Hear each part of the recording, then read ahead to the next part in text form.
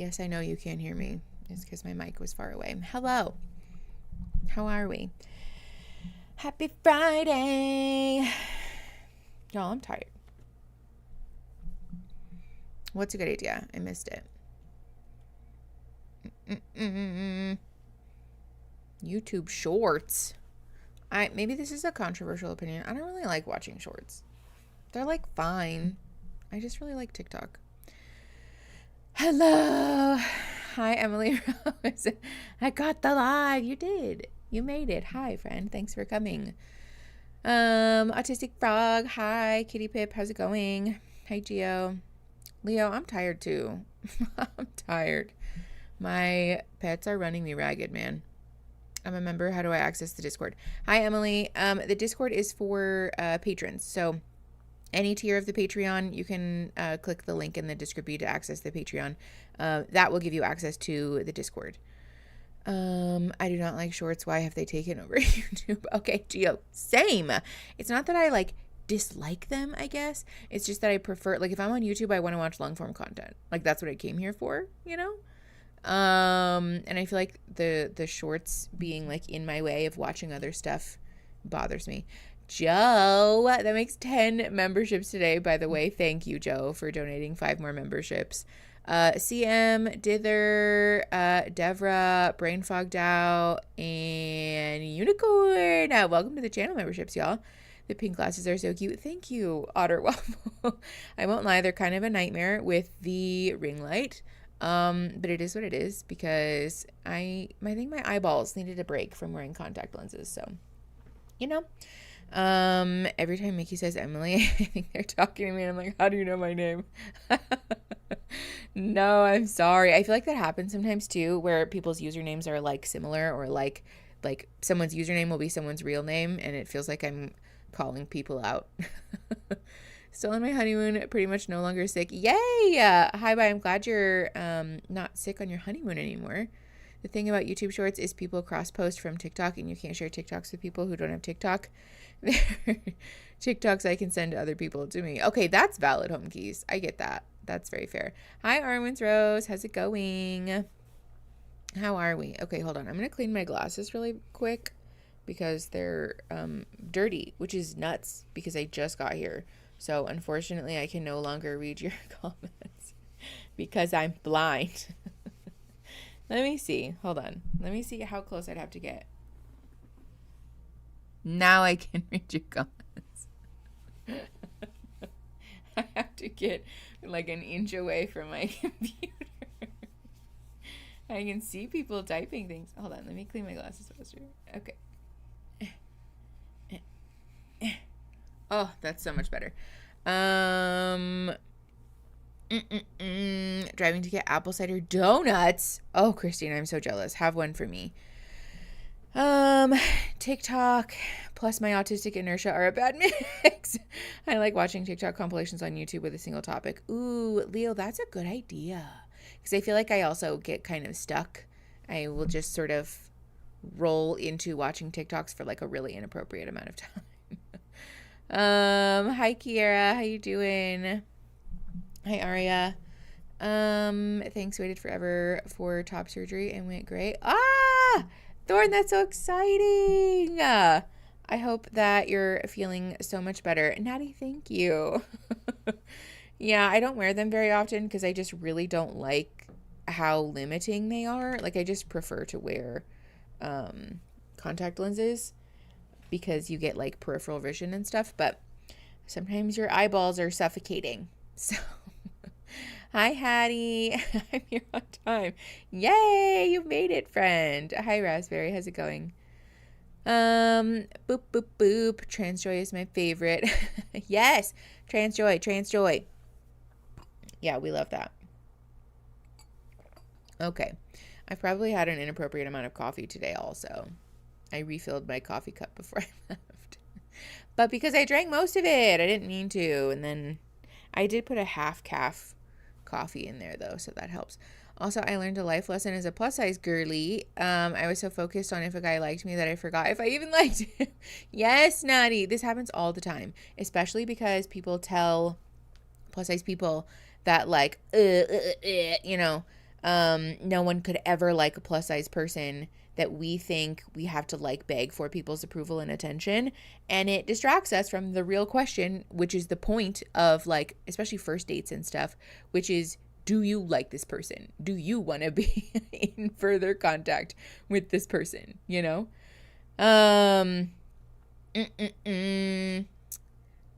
So excited that it's almost apple cider everything season. Me too, Litterbox Hero. I've been working on my fall playlist, which also shout out to one of our mods. I don't know if they want me to name them or not, but we were hanging out in voice chat the other day using a like, I don't know what it's called. We were like sharing music with each other. And they have really good taste in music. So shout out. I think probably they'll know who they are. Thanks for helping me fill out my fall playlist. Yeah, Allie. I didn't know if you wanted me to talk about you or not. Yeah, Allie and I were sharing music with each other and it was so fun. I love Mickey's imitation of the voices of fat phobic people. Yeah. I'll take a compliment. Thank you. Hell yeah. Best song of the year, Genesis by Ray. Ooh, I don't think I've listened to that. I'll have to check it out. I have to hit Spirit Halloween. There is a Bed Bath & Beyond by my house that went out of business that's getting turned into a Spirit Halloween, and I feel like it's going to be good because it's like a really big building. So that's going to be funny. It is heavy though, so trigger warning. Ooh, thank you for the warning, Kira. My little brother had a girlfriend who realized she didn't actually like him only after he really committed to her. She was so used to men not committing to her that she'd stopped thinking about her wants. Oh my God, Raspberry. That's my worst nightmare. Natty, I can share the playlist if you want. It's not really like fleshed out yet.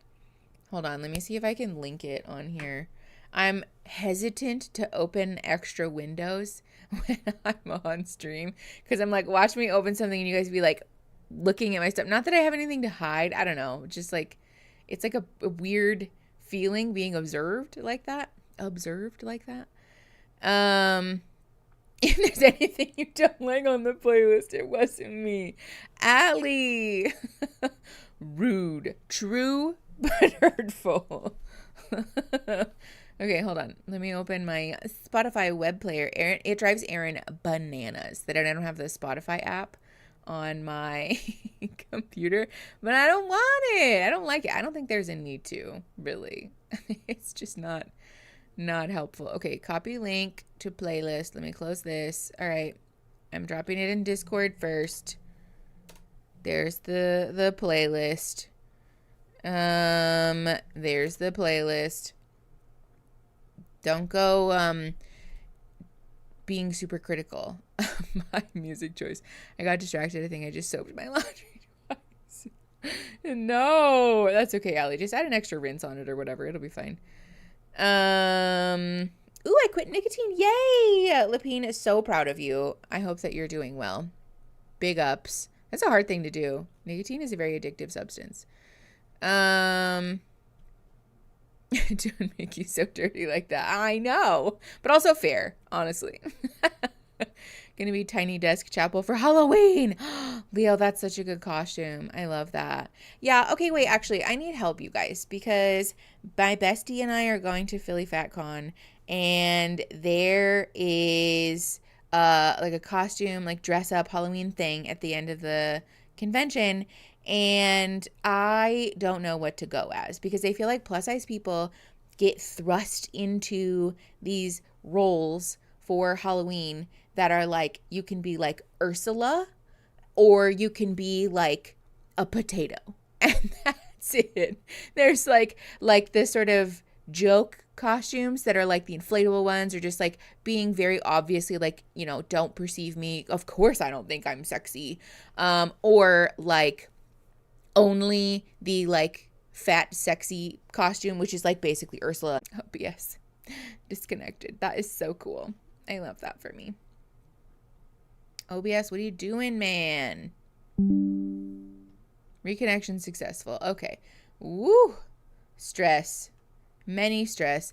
It's not buffering for me. Okay, sick. I made the live again. I'm unstoppable. Michelle, I'm glad you made it. Wolf Trap, happy Friday. Glad I could make it today. For 11 months? Are you joking me, man? Thanks for hanging out for 11 months. Glad to have you in the McNugs. Got to dip, but I'll watch this later. Bye, little E. Thanks for coming.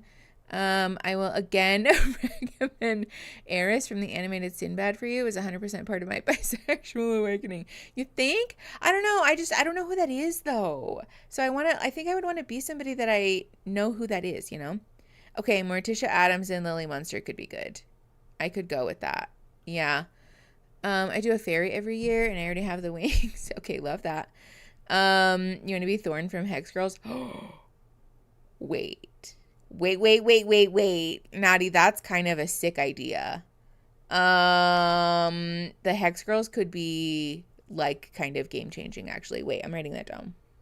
The Hex Girls are a fictitious band from the Scooby-Doo animated series. But they were my bisexual awakening as a child. Oh, I remember being so obsessed with them and like not really knowing why. Oh, tiny little me, little child me was like, wow, I think they're really cool. Oh, that's funny. I don't think my bestie would want to be one of them, but I feel like as a single costume, it still stands. I finally made it live. First in months. Maverick, hi. Welcome back. Glad to have you. Ooh, the jellyfish is a look. I love it. I was rewatching last week's stream and I just wanted to say you definitely should come to Philly FatCon. I went last year and it's amazing. Yeah? Okay, Pitt, thank you. My friend and I, we just bought tickets and like the whole thing. So it's happening. We're going. We're going to be in Philadelphia later this year. So I'm excited. I think it's going to be fun. It's my goal to be Ida the Owl Lady. Ooh, that's fun. Me and two friends dressed up as them. I was Luna. Okay, love. I also learned something about myself from the Hex Girls. God, it's not just me. My bisexual awakening was Phoebe from Charmed, played by Alyssa Milano. Very fair. Very valid, Giselle.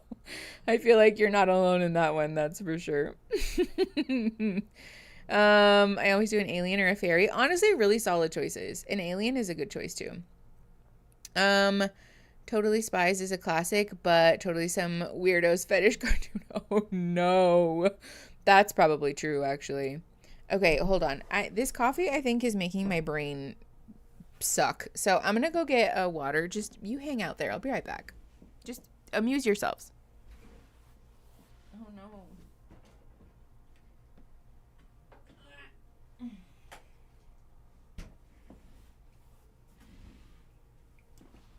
My God. I almost ran over my crock with my brand new chair. Yeah, Shigo did serve cunt. But the thing is that I feel like if I'm going to be Shigo, then my bestie has to be Kim Possible, and I don't think that she would want to. I'll ask her, but I really doubt it. Fair warning, this might be a loud noise because I'm opening a can. Okay. I know, Shigo from Kim Possible. Also, I was a big fan of her as a kid. It's so funny because you're a kid, so it's not like I had like sexual thoughts about a cartoon character, but just I like really admired her. It's like, wow, she's so cool. And as it turns out, it's because I'm gay. Watch the okay, punk. We're sending a lot of messages and I need you to chill. How's the trigeminal neuralgia? Like fine, Michelle. I have meds that help a lot. Shout out to carbamazepine. But yeah, I have yet to see a neurologist and I would really like to get some imaging done because sometimes people have symptoms that look like trigeminal neuralgia, but there's nothing wrong with your trigeminal nerve. There's also a chance. There's like not a high crossover, I would say, but it's like something that's worth looking into, that sometimes trigeminal neuralgia is a symptom of MS, which I don't have really any of the other symptoms, but I would like to get some imaging done to just verify that that's not what it is.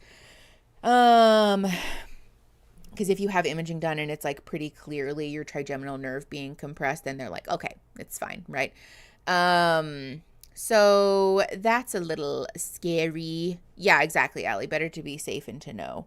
So I'm just hoping to get that done, but it's really hard to get in to see a neurologist. Like, I don't know why. You would think they're like hiding the secrets for the nation or something. They're the most difficult people to get hold of. My kids won't do family costumes anymore. It makes me sad. That's fair, Chelsea. I'm sorry. I spent way too much making an Ursula costume, but it was amazing. Okay, love that. I'm sorry your kids don't want to do costumes. It's developmentally appropriate, but it does, it sucks. It's like kind of cute and funny because like that's such a kids growing up thing. But I would be crestfallen too. Thank you for the hugs, Lapine and Hattie. Yeah, we're working through it. It's fine. I'm just glad I can eat and drink again, honestly. My bisexual awakening included, excuse me, Amy Locane in Crybaby, Locan, and Melanie Griffith in Milk Money, 90s Kids. No, those very formative movies. I don't think I've ever seen those, Liv. Adding them to the list. I know good neurologists in Phoenix, but I don't think there are many options in Tucson. Yeah, that's kind of what I've accepted. We talked about this on the pod, actually, that just went up. If you haven't watched it, by the way, go watch this week's episode. It's a disaster, to be clear. It's very all over the place, but we talked about my journey to see a neurologist. And I've just accepted that I'm probably going to have to drive to Phoenix because seeing one in Tucson is like impossible. And also word on the street is that a lot of the neurologists here in Tucson are like not very nice. So we're trying to get that done. I finally got a frickin' referral, but now I have to wait for, whoever it is to do the paperwork and process the thing. So my husband and I would make the perfect Fry and Leela from Futurama. Oh, I've never seen Futurama either. If it's like an adult cartoon show, I've probably never seen it. Also, this is the thing. I'm not even trying to flex on you guys. This is also why I don't wear glasses very often, is because I have long eyelashes. And so when they like flop up against the glasses lens, then it makes them all dirty. They get cloudy so quick. And I think because I don't wear glasses very often, I'm like really sensitive to them being dirty because I'm like, I can't see anything. And I get really upset about it. That also, you know what, in saying it out loud, I'm like, maybe that's an autistic sensory issue also. That might be a touch of the tism peeking out there, Okay, hold on. I saw somebody tagged me because I saw the orange. Let me scroll back up. Also, let me just pull these down. I'll just look like a librarian. I'll just wear these down here like this. My mom said she's thinking about you if you need help dealing with TM and NMS. You can reach out. She has both. Natty, that's so kind. Thank you. Give your mom like all of the best for me. I don't know if she wants a hug from me, but a hug or like a, socially distanced love from me. 'Cause shit sucks. Liv, that's okay. I get it all the time. I deal with that problem too. I clean my glasses constantly. Thank you. It's really frustrating. To be clear, don't do this, but when I was a kid, I literally trimmed my eyelashes to keep them off my glasses. Oh my God. That would give me so much stress. I know I'm not trying to flex on anybody, I promise. Is Mickey's video off in here, or is my phone being weird? Hopefully not. Boop, boop, boop, boop. Hold on. It looks like it's okay for me, but also, it's entirely possible that I'm wrong. Okay, wow. Why is that doing that? Okay. Eric in Discord said, stick them to your lids. That's so cursed. Eric, what the hell? Hi, Hannah. How are you? I'm happy to see you. I saw your text, by the way. I just haven't responded to them because I was running late. Because that's, we know this about me. Natty said, my mommy loves hugs. I'm the one who hates physical touch. Fair enough. Yeah, give your mom a hug for me then. Oh my God. My nose is being really annoying. Sensory rage. I hate when that happens. Yes. Yeah. I also feel that way when I get home from like being out, like at the store, especially the thrift store. I don't know what it is, like Costco, big stores. Like my hands physically feel like there are germs on them. Like I can't take it. I have to wash my hands when I get home because I'm like, ugh, they're gross. They're dirty and yucky. And like handrails and stuff. I don't like it. I don't like that one bit. I need to wash my hands after. Hi, HG Bear Awesome. Waiting to finally catch a live. Yay, glad you made it. They keep checking me for MS. I had a spinal tap on Halloween.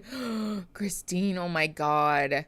Yeah, getting a lumbar puncture is my worst nightmare. I'm terrified of that because they sound awful. Like, just not right. That's okay. I was the one who didn't reply to you last night. Fair, but you were tired. You had a big night. That's valid. I would have fallen asleep too.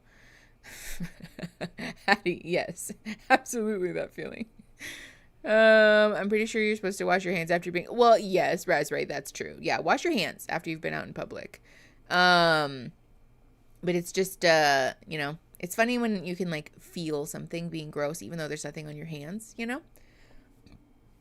My lumbar puncture wasn't fun, but it wasn't too bad. Okay, thank you for that, Rowan, because I feel like sometimes I blow stuff up in my mind to be like the worst possible thing. And sometimes it's actually not that bad, you know?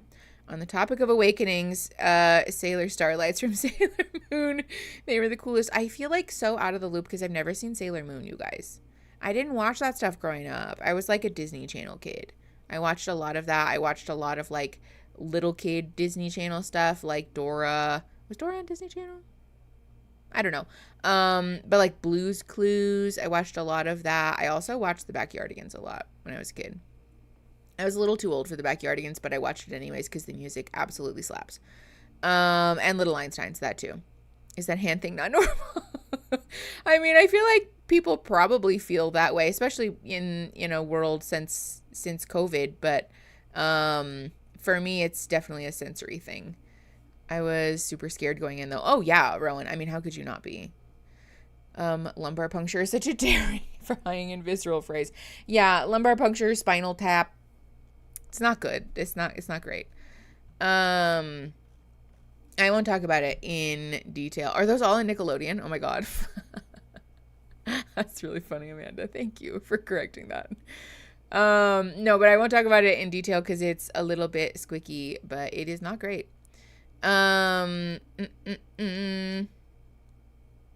only suggested that video because I thought you'd be interested. Didn't mean any offense. Oh, what? You didn't offend me, Chloe. I don't know if you're talking to someone else, but you didn't offend me, so you're fine.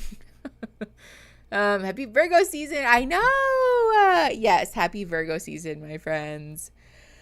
Oh, it's going to be a complicated Virgo season, I think. I'm a little stressed about it, but it's gonna be fine. I'm not a cartoon person and we don't have a TV. Pumpkin! Thanks for the 10 memberships.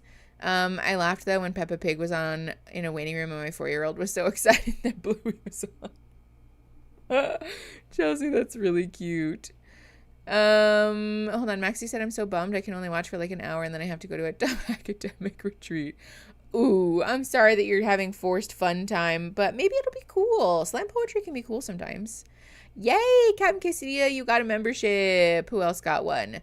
Subi says, Free Palestine, Aaron V, Hermit, a different Aaron, Brett, another somebody, CC, Saturn's Rings, and Captain Quesadilla. Welcome, or welcome back for some of you. Could you talk more about your autism? My boyfriend and I are slowly convincing ourselves that we're also autistic. I mean, sure, I guess. Like, what do you want to know specifically? Because there's a lot of aspects of it, you know? My birthday is the 12th. Go Virgos. Go Virgos. I love the idea of like zodiac cycles being like teams. Like, go Virgos. Washing machine emoji. I know. Satanic pentagrams are the new black. What are y'all talking about? Oh, astrology things. Let's see. So you'll only be here for the vamping if you're here for another hour. Christine, don't tempt me because I will start early. I will start the stream early if y'all are gonna be sassy. if I can continue to talk. My nose is being so weird. Mine is the 11th. Virgo buddies. Yay! You guys are birthday neighbors. I'm a triple Sagittarius. It's a bit much. Okay, that's kind of a vibe though, Michelle. That sounds kind of fun to me, I think. My mom was in labor on Labor Day. That's hilarious. And I feel like the jokes from the hospital staff were probably nonstop, never ending. I'd be interested in hearing about some of your sensory issues. I'm learning that I have very intense aversion to sounds that I can't control. Yes, David. It's a difficult crossover because I have ADHD and autism. So it's hard to know like what is because of what, or like they sort of bleed together, you know? For me, it's less about like physical sensory issues. But I have a lot of like sound sensory issues. I get very easily frustrated by like loud noises or repetitive noises, super overwhelmed by being in public with like chaotic noise. Like concerts, fine, especially concerts where I know the music because I like know what to expect. But if it's just like loud discordant noise, no. I think especially like this is kind of why I'm a homebody nowadays, because I don't want to deal with it, you know? It stresses me and it makes me really cranky. I have ADHD and OCD and the overlap is so difficult. Yes. But I have 2 therapists now. So okay, love that, Michelle. I saw, okay, yeah, bad witch is a bad witch. I'm struggling to differentiate the coupling of CPTSD and autism. And for what it's worth, y'all, when you have, like overlapping diagnoses like that, sometimes it's not necessary to tease out what is because of what, you know? I think it's totally fair if you want to just acknowledge that like it is what it is, right? I don't know if it's because of this diagnosis or that diagnosis, but I am sensitive to this particular issue. I think that's enough to just say that like, you know, I don't like it or it doesn't work for me. That's totally fair. Risk them with autism and then confuse them with the ADHD. Rachel, how do you know about my dating history? I think self-diagnosing is valid in at least some aspects because I heard it's extremely hard to get actual diagnoses and our medical system is a nightmare, plus discrimination and sexism. Yeah, Morgan, definitely. Self-diagnosis is a tricky thing because especially with like the advent of social media spreading sometimes what is well-intentioned or ill-intentioned misinformation, it can be difficult to suss out. I don't know what that was about. It can be difficult to suss out what are like actual symptoms or not actual symptoms, or like sometimes it's a very like social media thing sometimes where people will conflate what is actually a very normal issue into like a sign for sure, or like if you struggle with one thing then clearly you're ADHD, and like maybe not, you know. Maybe that's not the case. So I would encourage you to source information from a variety of places, especially if you're able to find information from folks who are credentialed and licensed, or from research and, you know, like accredited sources. All of those are really, really helpful things to just kind of create a more complex picture, and a more comprehensive view is what I'm saying. Would love to have a vid on the kinds of misinformation that's out there. Honestly, Allie, I've thought about it for a while, but I just know that the comment section on that video is going to be so fucking rancid that I'm like, I don't know if I want to do that. I don't know if I have the strength, quite honestly. People get really sensitive, and understandably so, about these types of issues. And so when you make videos about this type of misinformation, people can get really accusatory and really dysregulated super quickly and center their ire on me. And like, it's fine, you know, but it sucks sometimes. I won't lie to you. See, I got lucky and my therapist specialized with ADHD and noticed the signs, but my family knew way before I did, apparently. That's really lucky, actually, that your family knew, because a lot of people's families are like, you're fine. We all feel that way, you know, or like, especially the, you know, we didn't have people who have autism back in my day, says grandma with a very specific collection of like porcelain dolls that no one is allowed to touch or move, you know, like those kinds of things that like are really invalidating. So it's lucky that your family knew before you did. Yeah, people can just get mean. Definitely. That's also true. Yeah, Natty, that's valid. Trying to address the ocean of misinformation out there feels like such a massive undertaking. Yeah, Raspberry, definitely. My best friend is a therapist, and I would love a video on how to support therapist friends, family, and relationships. Ooh, that's a fun idea. Yeah, I would happily make a video about that. Hold on, let me write both of these things down before I forget. Hold on. Let me write this down before I try to read your comments.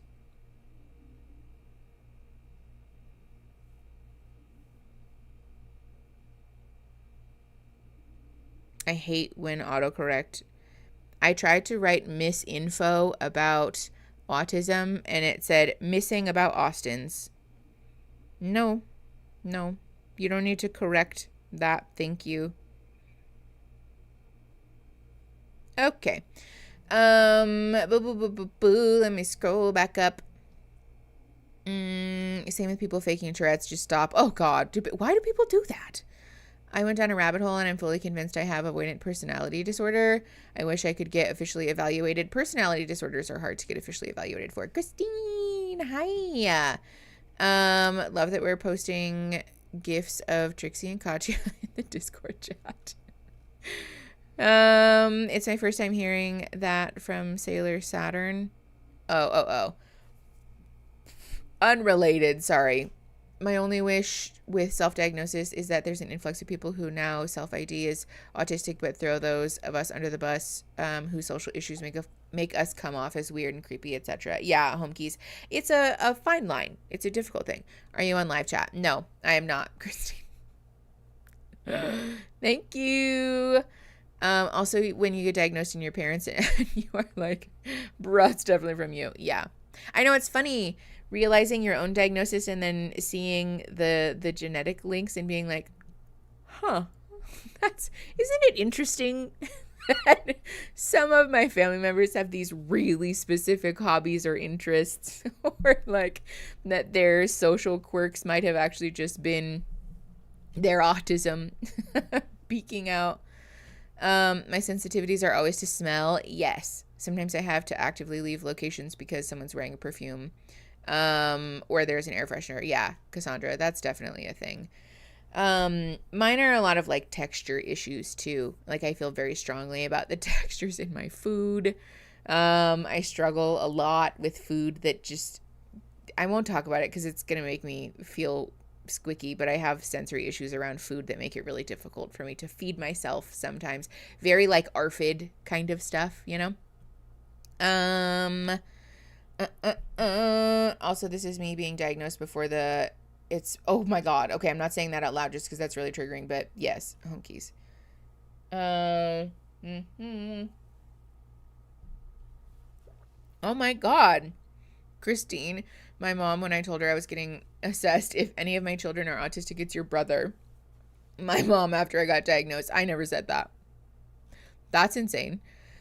My sister has sensory issues with food too. Yeah, it's a hard thing. It's frustrating. Okay, hold on.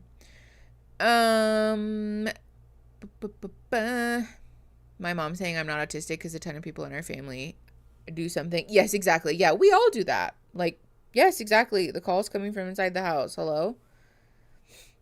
All I'm gonna say is I'm relating hardcore. Yeah, Captain Quesadilla. It's a common issue. I got evaluated and he told me I had no name brand disorders, but at the same time as my diagnostic meeting, 3 tornadoes unexpectedly touched down and wrecked a couple buildings in my town. Related? I think not, Anna. Same about food texture. Do you have a video on that? I don't think I have a video about food texture issues. Any tips when you're hungry but everything sounds horrible? No, I think because it would be like the blind leading the blind, you know? I don't really have anything to share in that regard because I'm still trying to figure it out. Sorry, my eyeballs are driving me bananas today. I felt luckily very validated by my mom when I said I speculated I might be on the spectrum because she said she noticed things in me as early as when I was 4. Oh, Morgan. sometimes that's nice, and sometimes it's like, okay, but why didn't you get me evaluated? I know it's different too. It's a lot easier for parents to get kids evaluated these days. Or I guess just like parents are more socially aware nowadays than they were. I work in a costume shop with a lot of very lovely Russian ladies, but sometimes if they're talking loudly in Russian right next to me, when I have few spoons, that's not my favorite. Okay, David, actually, yes. Like if it's sound that I just can't make sense of, like too many people talking at once, people talking in a language that I don't understand, or especially like overlapping sounds that my brain struggles to like turn into a meaning, then I'm like I get mad so fast. I get angry so fast. I feel that way about when my dogs lick their feet and stuff too. I feel bad because I'm sure they think we're just yelling at them all the time. We have to be like, hey, your feet are fine. Please stop licking your feet because you're going to make me lose my mind. Please stop that. It's just, ooh. And I feel like it's constant. And it's probably not actually. But the dog licking her feet sound, I can't. It's gross. And also, again, a repetitive noise that is really, really aggravating. I finally convinced my mom that I'm autistic after years of saying, have you ever paid attention to Dad's behavior? Cassandra, love that. Solidarity, dude. The struggle is very real. Yeah. I know, Liv. I think about that all the time. They make like supplements for people who struggle to eat, which I probably really should do. Yes, chewing, throat clearing, burping. Yes, Kiara, yes, whispering too. This is also why I freaking hate ASMR. The ASMR where people are like touching the microphone and doing the whispering into it. I would literally smack the microphone out of somebody's face if they were doing that in front of me. Like, absolutely not. I don't want that. I don't like that. Aaron and I spend so much time. Well, it's Aaron. Aaron spends so much time ducking, mouth noises, swallowing, chewing, all of that from the pod because it's just terrible. And from the main channel videos too. It's terrible. We both hate those noises. Yes, absolutely. ASMR stresses me out. The whispering in the mic. I could actually lose it. I like the ASMR where they do my makeup and I'm a fairy. I mean, fair, Natty. I get that. I like the ASMR that's like the chalk crunching, where they like smash little chalk like blocks. And the ones where they smush soap, like they cut soap. Those are fun. Those are soothing to my brain. The other ones, no. I don't like it. Is there a psychological name for that? I mean, like in theory, yes, misophonia is like a thing, right? For a lot of people though, it can feel really overwhelming because you can get lost in the sauce with all of these like Z code, T code kind of stuff, right? At the end of the DSM, there are sections where there's like other related disorders that are like, not like lesser, but just like maybe for like a better degree of specificity. And like that kind of stuff can get tricky because there's a lot of stuff in there, right? Sometimes it's more helpful for people to just have the overarching diagnosis. I thought that was just chewing. Sometimes it's just chewing, but sometimes misophonia can relate to noises that are similar to that, right? So like you might not be chewing necessarily, but somebody making mouth noises is still a similar sound. And so in the same vein, somebody squishing their hands in shaving cream, like on different ASMR videos, sometimes people do that. Very similar sound. And it provokes a similar reaction for people. I like the soft speaking ones and anything that has like quiet popping. Oh, Carly. I could not. Isn't it funny how that's kind of like for some people it's really soothing and some people it's not right. Yeah, trypophobia. Ooh, that's a button. I hate that. The constant sound of water slowly dripping.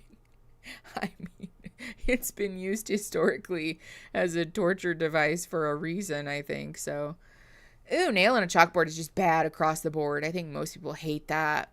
Blech. I know. Yeah, it's funny. Thinking about certain things in childhood that I'm not going to say which parent, but like one of my parents voiced a strong opinion about certain textures and sounds. And I'm like, huh, that makes a lot more sense now. I understand why you feel that way. Definitely not easy to get my kid evaluated in Portland. The doctor told us he seems fine to me, so I'm not worried. Great. Well, yeah, I'm glad that you get to just be a barrier to my kid's mental health because you don't think it's a problem. Like, that's not your role, is it? I ate ice cream over in Vegas. And I felt so bad. I want you to know, Hannah, I was trying so hard to be normal about it. Hannah, bless your heart. Oh, Hannah was just eating ice cream like a normal person, but you were walking really close to me because you kept trying to talk to me. And I was like specifically moving myself away from you. And Hannah was like, are you mad at me? And I was like, no, I'm not mad at you. I had to tell Hannah the next day. I was like, it's not anything that you did. It's just that I hate the sound of people eating, and your ice cream, it felt like you were inside my ear. You were eating so loud. Oh, love you, Hannah. I'm sorry. Thanks for being a real one and talking with me about it, though. That's a good friend. This is why we're friends. I felt so bad I wouldn't have eaten so close to you if I had known. Well, also, the thing is that it's Vegas, and so it's loud. We were outside and trying to talk to each other, so it's hard because, you know, you want to be close to someone so that you can hear each other, but also then it was, you know, there were a lot of things happening. There was a lot going on. Okay. Okay. We've been talking for an hour. We should probably start. Yeah, I do it to Aaron too. I do it to Aaron too. We have to have other sound on while we're eating. Well, especially because the way Aaron eats bananas is like a really unique choice. The way he eats them, the like chewing noises that Aaron makes when he eats bananas could actually drive me to run out the front door. I genuinely contemplate throwing myself out of the ground floor window so that I don't have to listen to Aaron eat bananas. So we just put other noise on when we eat, and that helps a lot. I was here late though, so we should get off. She should get to riff for longer. I don't think it works like that, Christine. Because then if we just keep riffing until no more people are joining, then we just never stop riffing. Which I'm sure that's probably what you guys want. But I think we should watch the show. It drives you bananas. Ha Otter Waffle. Thank you for that. I slurp like a motherfucker when I get pho or ramen. Okay, same. Slurping doesn't bother me as much for some reason. Slurping, fine. Chewing, no. Okay. Let me full screen this. See, now I feel like there's something in my frickin' eye. It's only for me because I'm extra special. Does it work like that? Is that how it works? All right, hold on. My eye is driving me banana pancakes now also. Ooh. See, now there's shit on my glasses. Damn it. Okay, it's fine. It doesn't matter. I sounded just like my dad then. Okay. Let's keep going. I guess get started. Boop, boop, boop, boop, boop. All right. In case you're new here, hi, thanks for coming. We're watching season 6, episode 4 of Plathville today. We'll watch the recap so that y'all can see what happened last time, but we're just going to dive right into it because the Plath family is like pretty well known, I think. And yeah, we have the overlay because we need it. Let me turn the subtitles on so that y'all can see. And that's that. Okay, let's get into it. We're at 0 minutes, 0 seconds of season 6, episode 4. Press and play in 3, 2, 1. I've never had like a super serious relationship. Why is there And no this is sound? kind of my first one. I don't have my headphones. Right. Moved in with this beautiful girl. She's such a strong-willed person, so it's good, and There we go. there's a downside to that sometimes. There's just something about her. She got a hold of me. First time I saw Micah's girlfriend, they were having a little bit of a tiff. You know, they were going at it a little bit. So I'm curious The way to see he if talks about that's his girlfriend is kind really of the tone of the off-putting. relationship. This is your home? Yeah. This is my, well, there's more to it. It's not just this. Looking at the Allie, vote, I I think we're know. all thinking the same thing, but none of us are actually saying it. How far do you have to go the bathroom? Do the lights work? How far do you have to go to shower? Like, how does this even work? Does it run? It hasn't her run boat in like doesn't a run. year. I know that there's some I can't get assets over we that. haven't settled yet that we're gonna need to settle. My goal is to get our divorce paperwork finalized. You sure we can't make this work? Ethan. Be so for real. Can't do this today. Ethan can't do it any day. Okay, that's enough of that. Thank you with the music. I know the worst. Somewhere in the Midwest.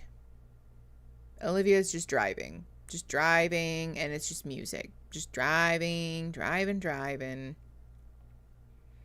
The subtitles for the music are really Currently loud. driving from LA to Minnesota. The apartment lease finally ends, and I'm gonna move all of my stuff out, and then hopefully get all the paperwork and everything finally taken care of on this trip too. Yeah, we're 2 minutes in. And we Last just time I now was in started. Minnesota, I really wanted to get paperwork signed and filed, and Ethan was not on the same page. And now that we're going on like 9 months separated, like I would really like to get this all wrapped up. So I really hate this goodbye. Yeah. Oh. Michelle, I think a lot of it is that Ethan pressed the nuclear button. me texts like every few weeks saying like I missed you. And I never know what to say. Ethan. But I texted him about coming here and going through things. I told him he could have most of the stuff in the apartment, but there's a few things I want. So like I want to go through and talk that out with him. And his answer was just okay.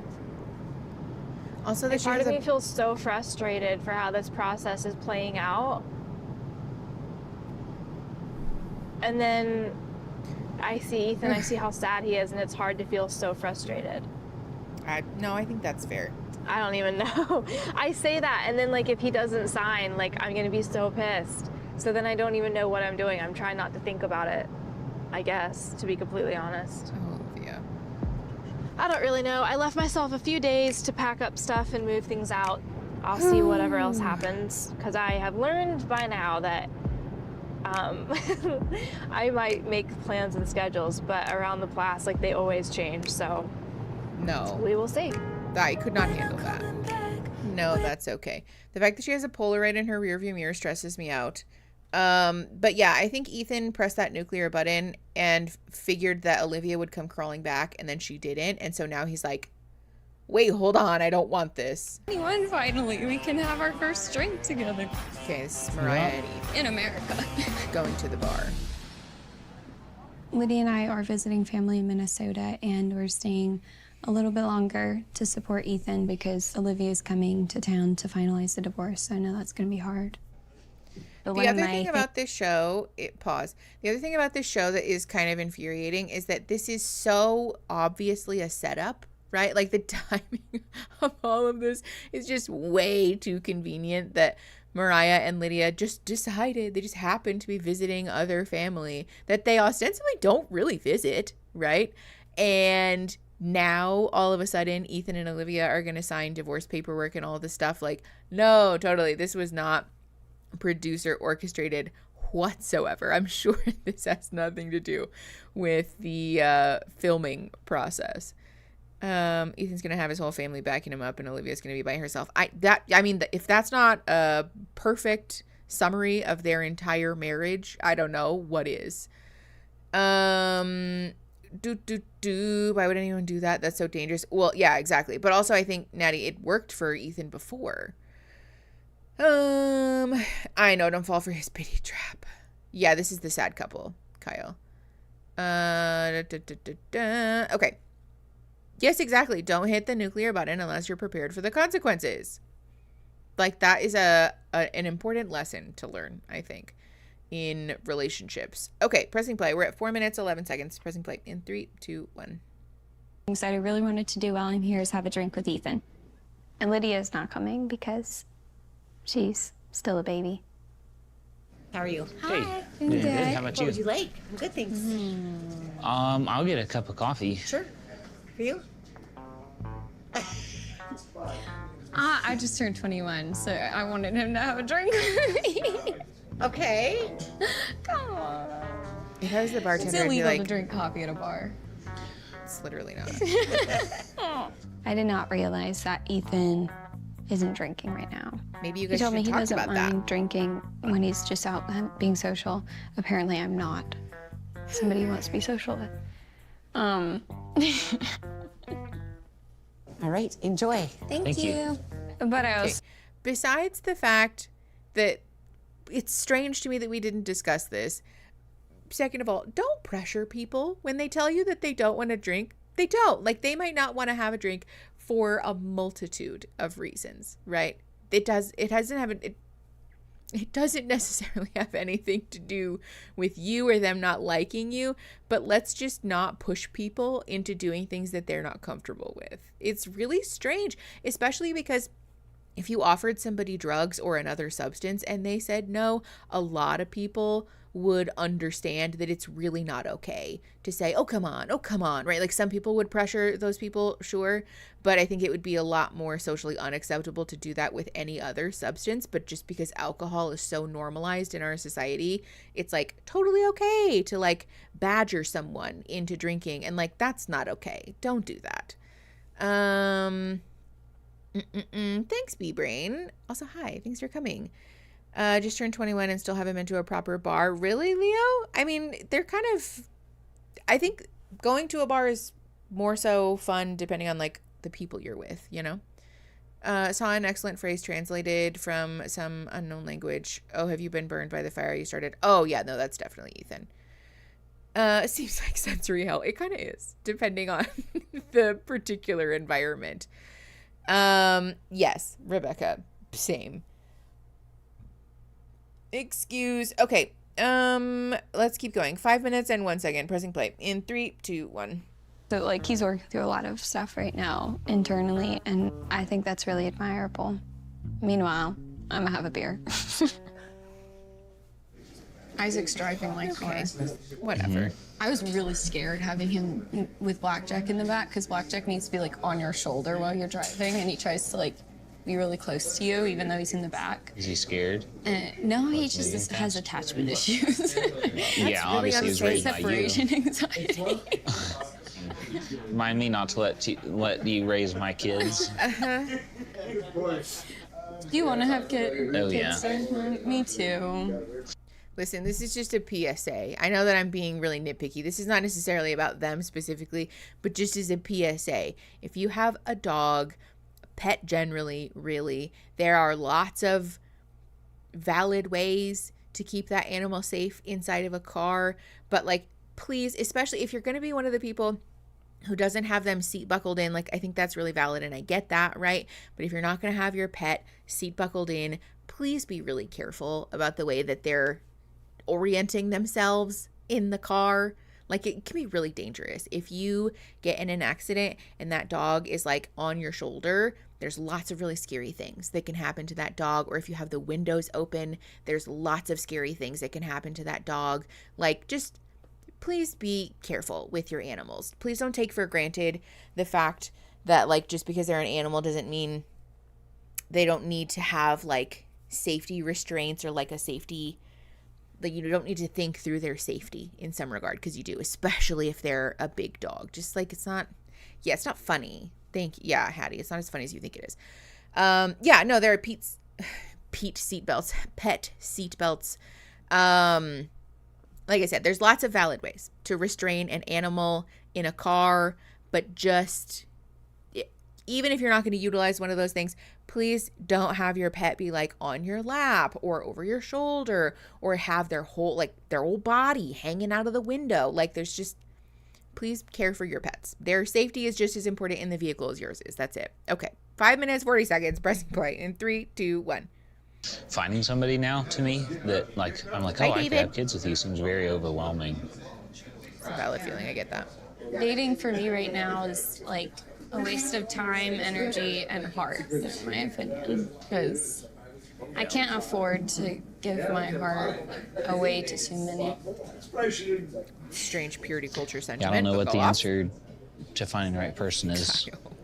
They always say when you'll know, like when you find the right one, you'll know. When you know, you know. I mean, I knew with Olivia, This is an interesting conversation. if I were to actually. meet anybody, like anybody I can think of, throw in the mix with when I met Olivia, I would have still picked Olivia.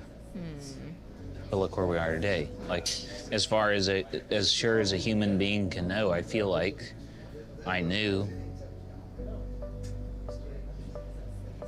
Olivia reached out to me and told me she is coming to town. I suppose Hold on, really quick. I want to address this because Ethan and Olivia have both expressed in some way that if they could go back and, you know, tell their younger selves something about their relationship or their marriage or whatever, that they wouldn't really, that like it's not like a, oh, looking back in hindsight, this was a huge mistake kind of a thing, which I think is really valid. I think there's a lot of social commentary about divorce that conveys the idea that a divorce equals a failure, and that's not true, right? Ooh, thank you, Christine. But yeah, just because a relationship ends in a divorce doesn't mean that that relationship is a failure, or that that relationship is something that we should like take back, you know? And so like Ethan saying, you know, I knew when I was with Olivia that she was like the one and like look where we are, I think is kind of powerful, honestly. I don't know to what degree that's true, right? But I do think it's fair to acknowledge that in the moment, even, you know, having been young or whatever, these two people really felt like this is the relationship for me. Ultimately, it ended in a divorce, but that doesn't mean that they were wrong necessarily at that time or that their relationship is a failure. So just for what it's worth, I think it's a good perspective shift, because societally we talk about divorce as if it's this ugly, disgusting thing that we should avoid at all costs. And like, that's not really true. It's painful for sure, but that doesn't mean that you and your partner are terrible people or are failures.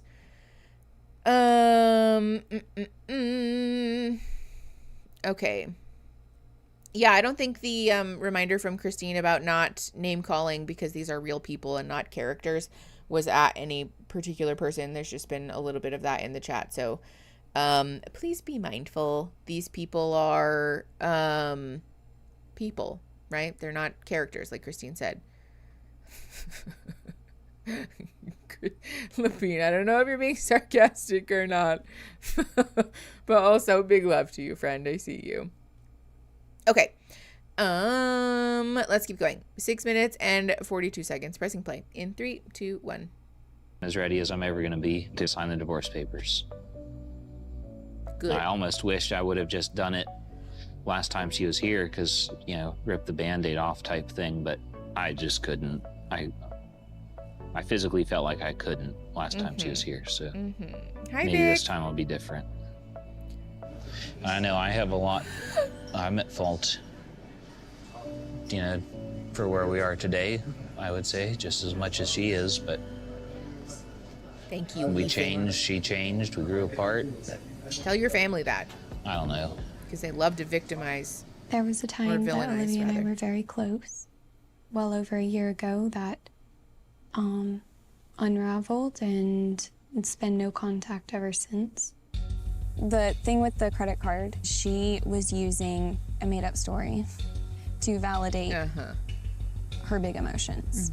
She That's not has true. felt this way about our family, about you and Dad. She was like, I just have all this hate and anger that I'm spewing towards them, and I need to make myself feel valid. That's literally not what happened. You accused Olivia of stealing from you. I didn't know what happened. I didn't know if she had stole it from me. I did write up a relatively threatening letter, and that wasn't right. Threatening. But at the same time, she wasn't talking to me, and I didn't know what else to do. I know that I messed up, and I know that I hurt her, and I know I handled things in ways that I shouldn't, and I want to make it right where I can. I really feel like the right thing for me to do is to just apologize for what I know I did wrong. I know Olivia's coming to Minnesota, and it's during the time I'm here. What coincidence? I've already texted Olivia to see if she's available and willing to just talk to me. And she said yes. But the last thing I have to do is really just make sure Ethan's okay with that.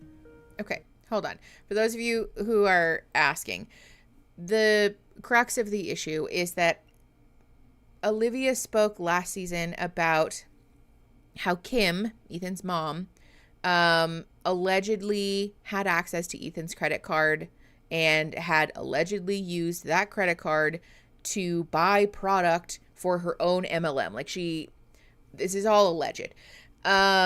Kim supposedly recruited Ethan to her downline and used his credit card, but she was like controlling all of this, used his credit card to buy product for her own downline.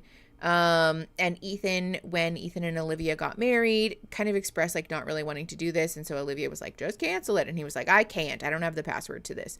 So Olivia reached out to Kim and asked for the password. Supposedly Kim said no. So there was like kind of a back and forth. Olivia ends up getting the password for the account, tells, or that's not true. What it was is that Ethan didn't know how to change the password because Kim had the password. Ethan had the password, but Kim also had it. And Olivia told him, just change the password. And he was like, I don't know how. So Olivia did it for him. Kim realized that the password had changed, reached out, and Olivia said, no, you can't have the new password. That's not appropriate. Kim freaks out. They have a whole fight. And apparently this was the beginning of the breakdown of the relationship between Olivia and Kim. Prior to that point, Olivia spoke about Kim being like a mom to her because she had a troubled relationship with her own mother. And so she felt as though Kim kind of stepped up and took on that role. And they were very, very close. But as soon as Olivia became a barrier to Kim getting Ethan's money, all of a sudden Kim has problems with Olivia and really, really does not like her. So after that point, the relationship between Olivia and Kim sort of went downhill. And then during the time that this whole thing was sort of popping off between Ethan and Olivia and Kim and like the rest of the family, Olivia voices on like a talking head last season this whole story, and Kim freaks out and gets really mad.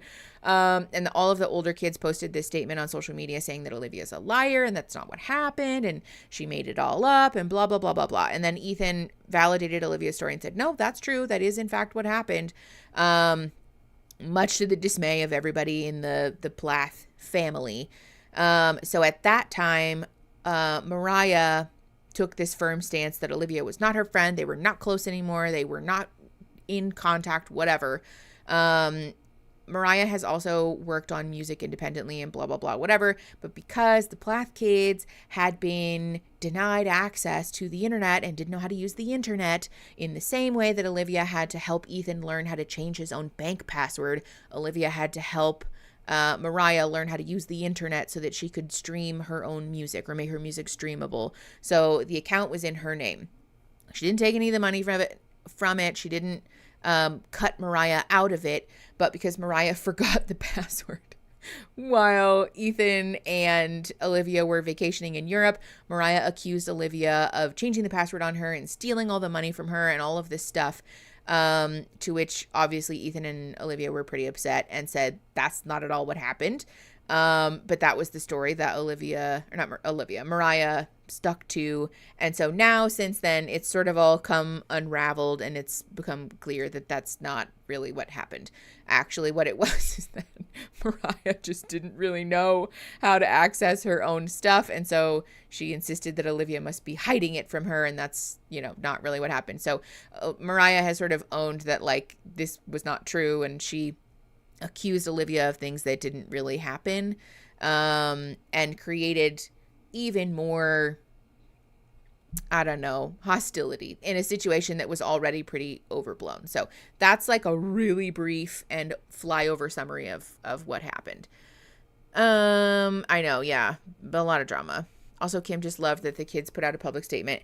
Yes. Yeah, the public statement was very much a let's pacify our mother and try to get mom to think that we're her favorite. Kim is the boat lady. Yes.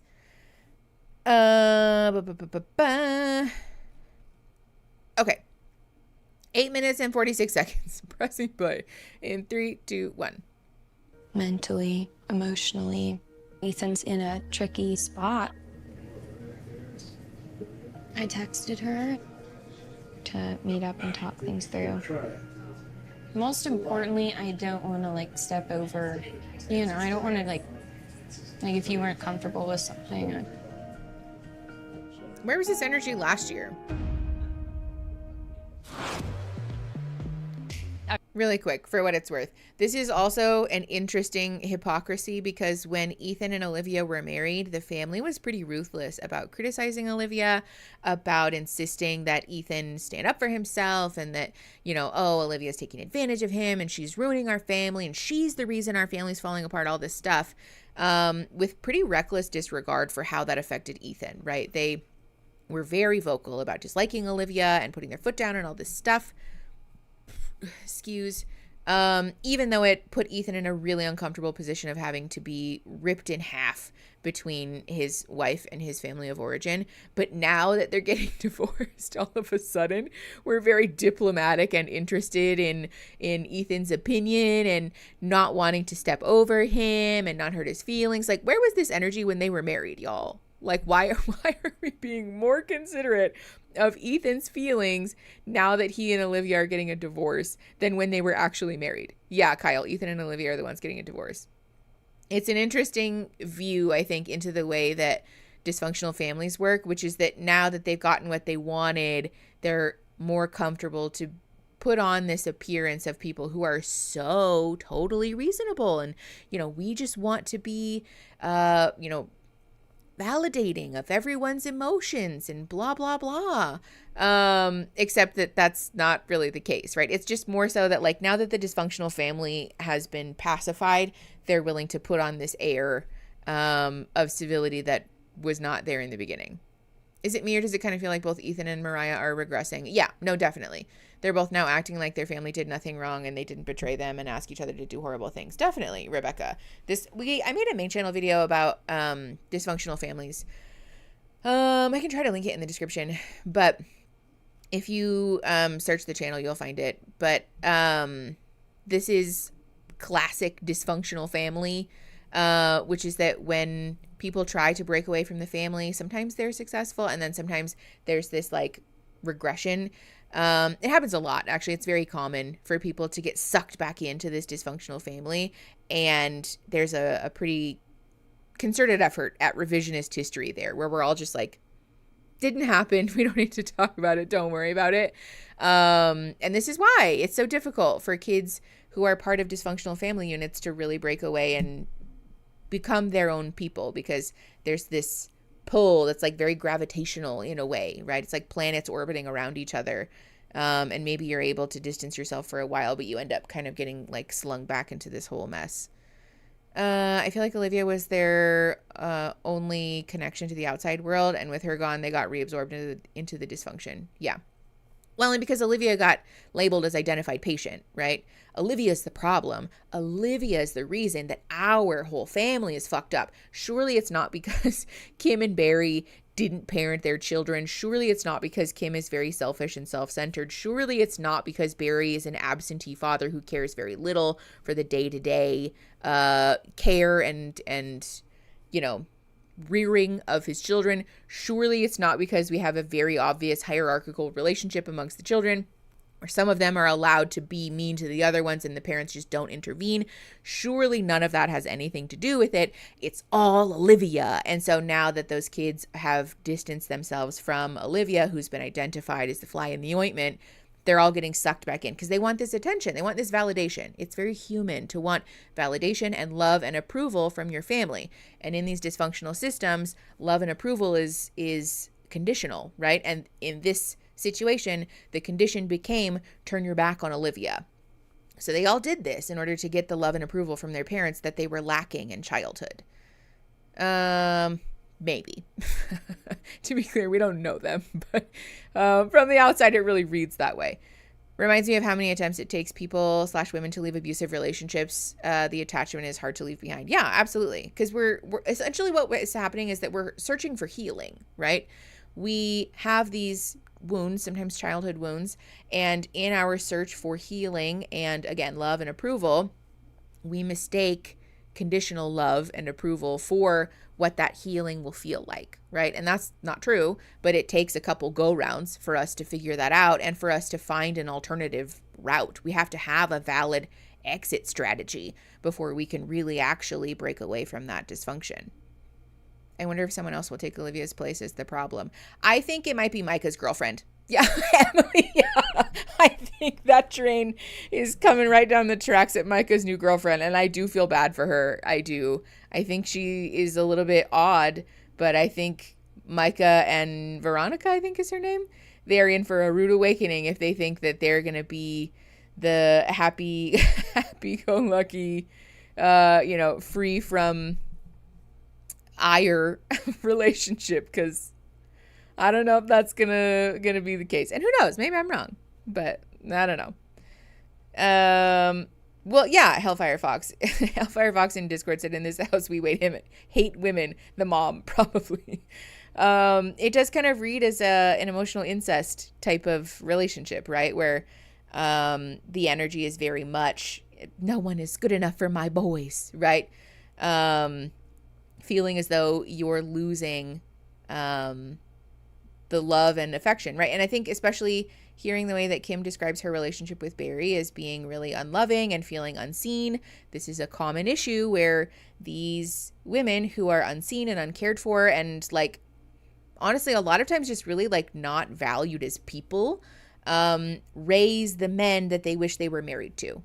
And that's why there is this emotional incest issue happening, because they feel as though if their son gets married to another woman, yes, it's the boy mom phenomenon, that they'll lose their emotional support. And that's kind of what happened with Olivia, right? It turned into a, like, you're the problem now because you've created an issue in my ability to be inappropriately connected with my son. And so if Veronica is not willing to sort of toe that party line, then I think Veronica and Micah are probably next. Coffee Joe, I'm really curious about that. Yeah, especially because Micah had a whole lot of self-righteous, pretentious, and holier-than-thou commentary about how he would never be in a relationship like that with some woman like that because they're so unhappy and they're causing the family all these problems. And so I'm really curious to see how Micah responds to having the bullseye centered on him and his partner. I don't get that perspective. Isn't your son or child bringing in this person? There's more to love. Oh, yeah, Natty. I mean, in a healthy family system, absolutely. But this is not a healthy family system, so I don't think that they really think that way. Okay, let's keep going. 9 minutes and 13 seconds. Pressing play in 3, 2, 1. I've definitely we're fast forwarding though, because we're gonna see what's coming up. We're just gonna watch it. Thanks. Okay. I really feel like the right thing for me to do is to... Lapine, I love your badge. Just apologize for what I know I did wrong. You're talking about, like, with Olivia? Yeah. I texted her to meet up and talk things through.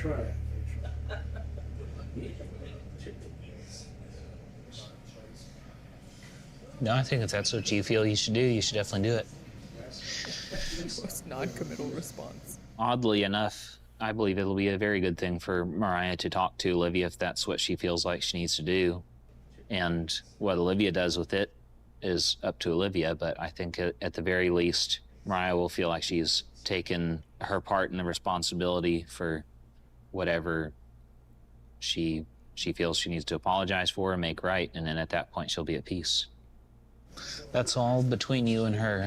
I don't have any say in it, and I don't want to have a say in it. He's handling this really, really well. And knowing that he is in support of whatever I feel like I should do, that gives me a lot of courage, I guess, going into this. Hi, Beth. You can tell it hurts, but he's got a lot of grace. Yeah, I mean, so far. Rebecca, Just texting with her. I just told her that I have some things that I want to apologize for, and it seems to be going okay. And thinking maybe tomorrow, I think. Yeah, but if they had that conversation over the phone, I can't say I feel any extreme emotion. I'm glad that I have this opportunity, but I'm not going for an apology. I'm going to apologize. Particularly, I'm apologizing for jumping to conclusions with the music and stuff and not like properly trying to talk things out. Do you think Olivia will accept your apology? I have no clue. Yeah, I look back at how I handled things, like, and I'm just like, wow. Yep, I've done that too. The last time I saw her, me and Olivia did not resolve anything because we were not on the same page. Yeah. I'll be seeing Olivia later this week. Why do you think that is? Finalize her divorce and all that, so it's just kind of eating me up inside. You just gotta do the best you can, Whatever, and when man. you don't do the best you can, own up to that. Yeah, that's all you can do.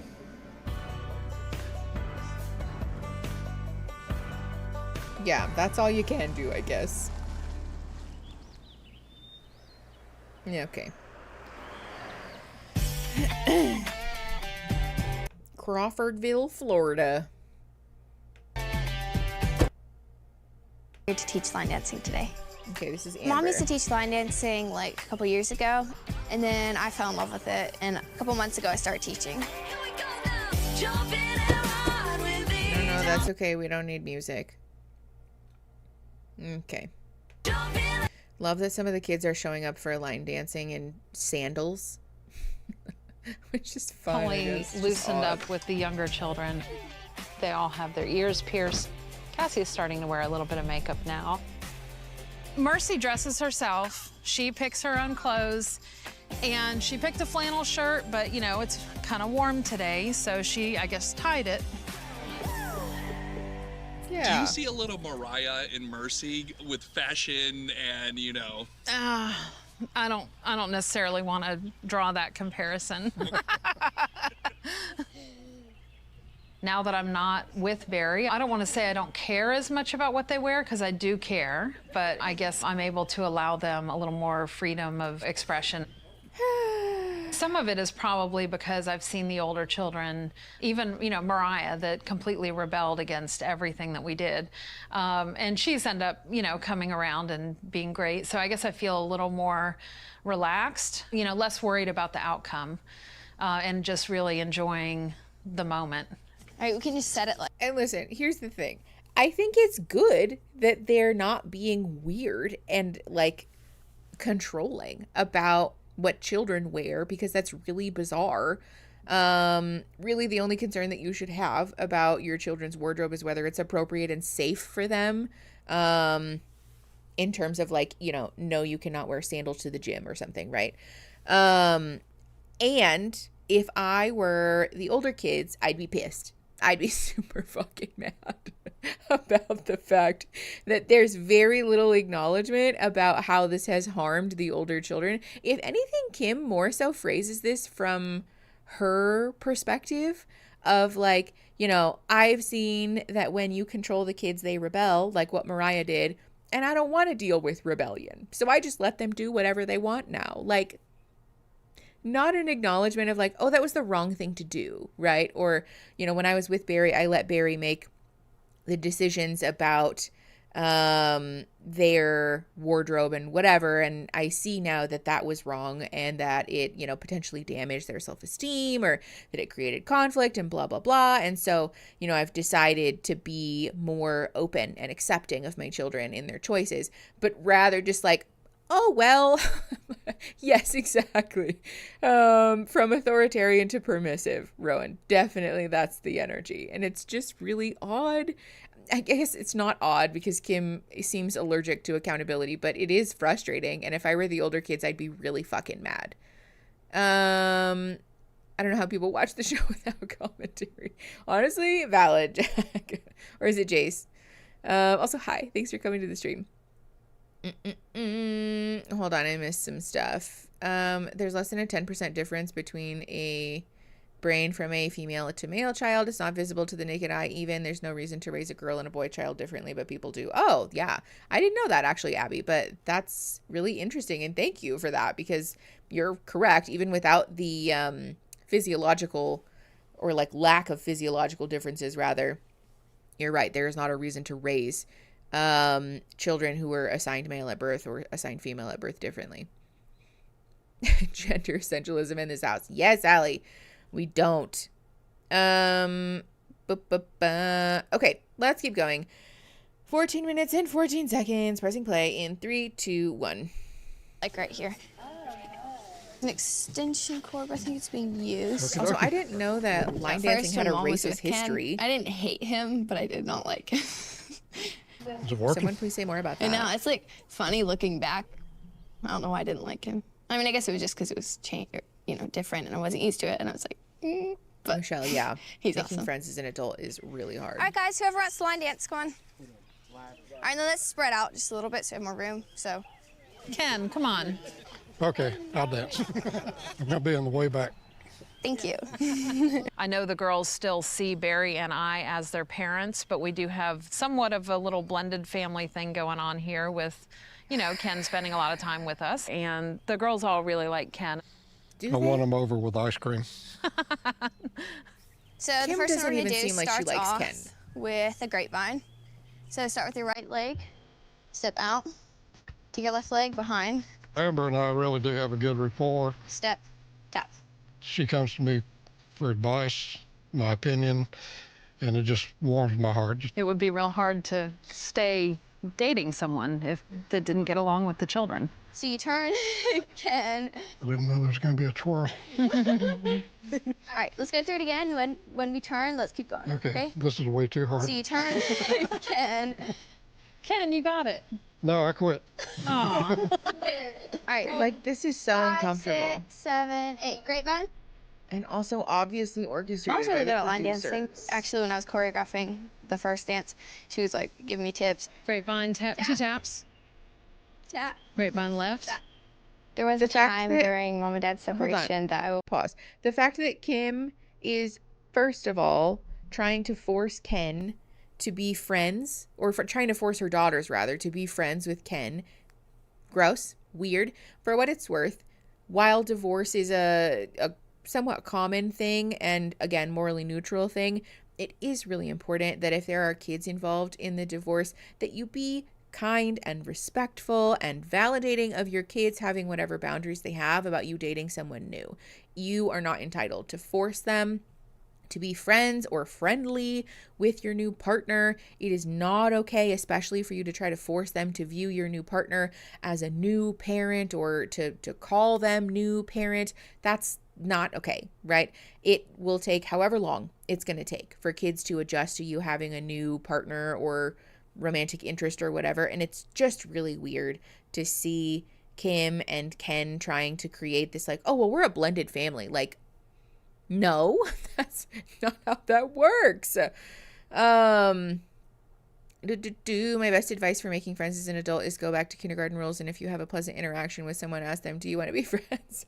Usually, yes. Okay. Also, hi, bye. Yes. Love this. I love when people are just upfront and open about it and be like, hey, let's be friends. Like, yes, be clear about that. It also eliminates a good amount of the anxiety of like, are we friends? Do they view me as that? Like, just ask, hey, do you want to be my friend? Anyways, moving back to the like Kim and Ken situation. On top of that, I just really want to highlight the fact that Kim and Ken seem to be really committed to this like happy couple front, which I'm not really convinced is real, honestly. I don't know that that seems to be an honest portrayal of their relationship, because the way that Kim reacts to like most of the things that Ken says is not good. She doesn't really seem to genuinely enjoy his company. This all comes across as so phony. But it's someone dating Kim, so like you may not be wrong. Hold on, I missed it. Let me scroll back up.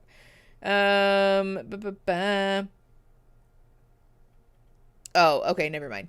It's a whole thread of things that I missed in Discord. That said, I don't trust Kim to be that measured or take those kind of precautions at all. Yeah, no, I don't think so either. There are safe ways to date as a single parent, mainly by maintaining strict boundaries and not introducing your partner until you're serious. Yes, absolutely. Like forcing your kids into your relationships before it's serious and you have reasonable belief that this is a safe person also, not okay. Don't do that. Okay, let's just keep going. 16 minutes and 2 seconds. Pressing play in 3, 2, 1. I was not happy with Mom. I know Dad's willing to move because he'll do it for you, but it just seems like if you're the one that doesn't want to stay, then shouldn't you be the one to move?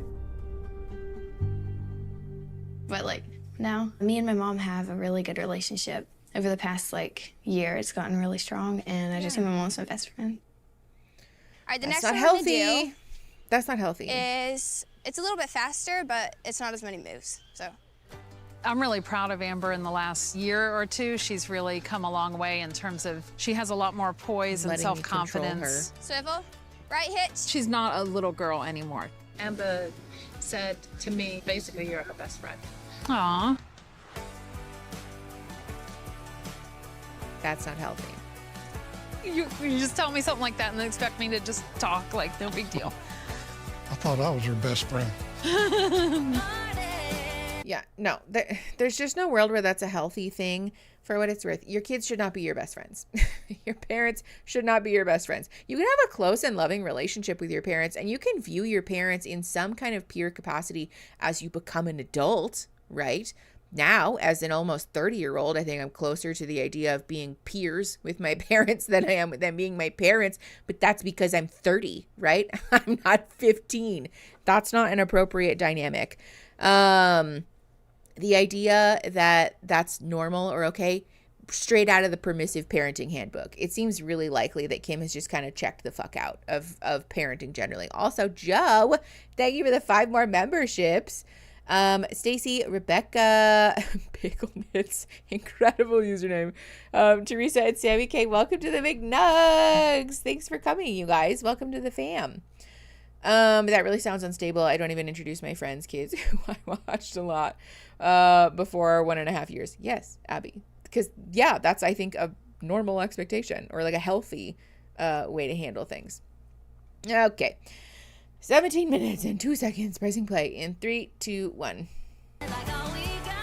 No, we don't need music. Thank you. That's all. Also, again, I just want to point out that all of these things are just like, hold on. It's fine. It's just the producers asking the kids about who had the best outfit, which is odd for small children. All of these little events essentially serve as opportunities for slow-mo B-roll with like cowboy music while we do like talking heads to just like recap what's happened over the past 2 years. Like, this is not interesting or like well-produced TV. It's so frustrating. Hi, Kat. Thanks for coming. Happy Friday to you. I know. Stop making this young girl dance for these weird men. I know. Yeah, there's also that dynamic here that's odd. Would you ever make a video discussing the effects on children of witness by prolonged abuse or toxicity? I can, Savannah. I think it's definitely more of a niche topic, so we'd probably have to dovetail that into something more applicable, but I'm not opposed to that, certainly. My mom always told me that she wanted us to be friends, and I'm still unpacking the mental fuckery it did to me. Yeah, because that's not okay. You can want to be close with your kids. You can want to have an honest and comfortable relationship with your kids. You can hope that your kids would feel comfortable to discuss all types of things about their life and their feelings with you.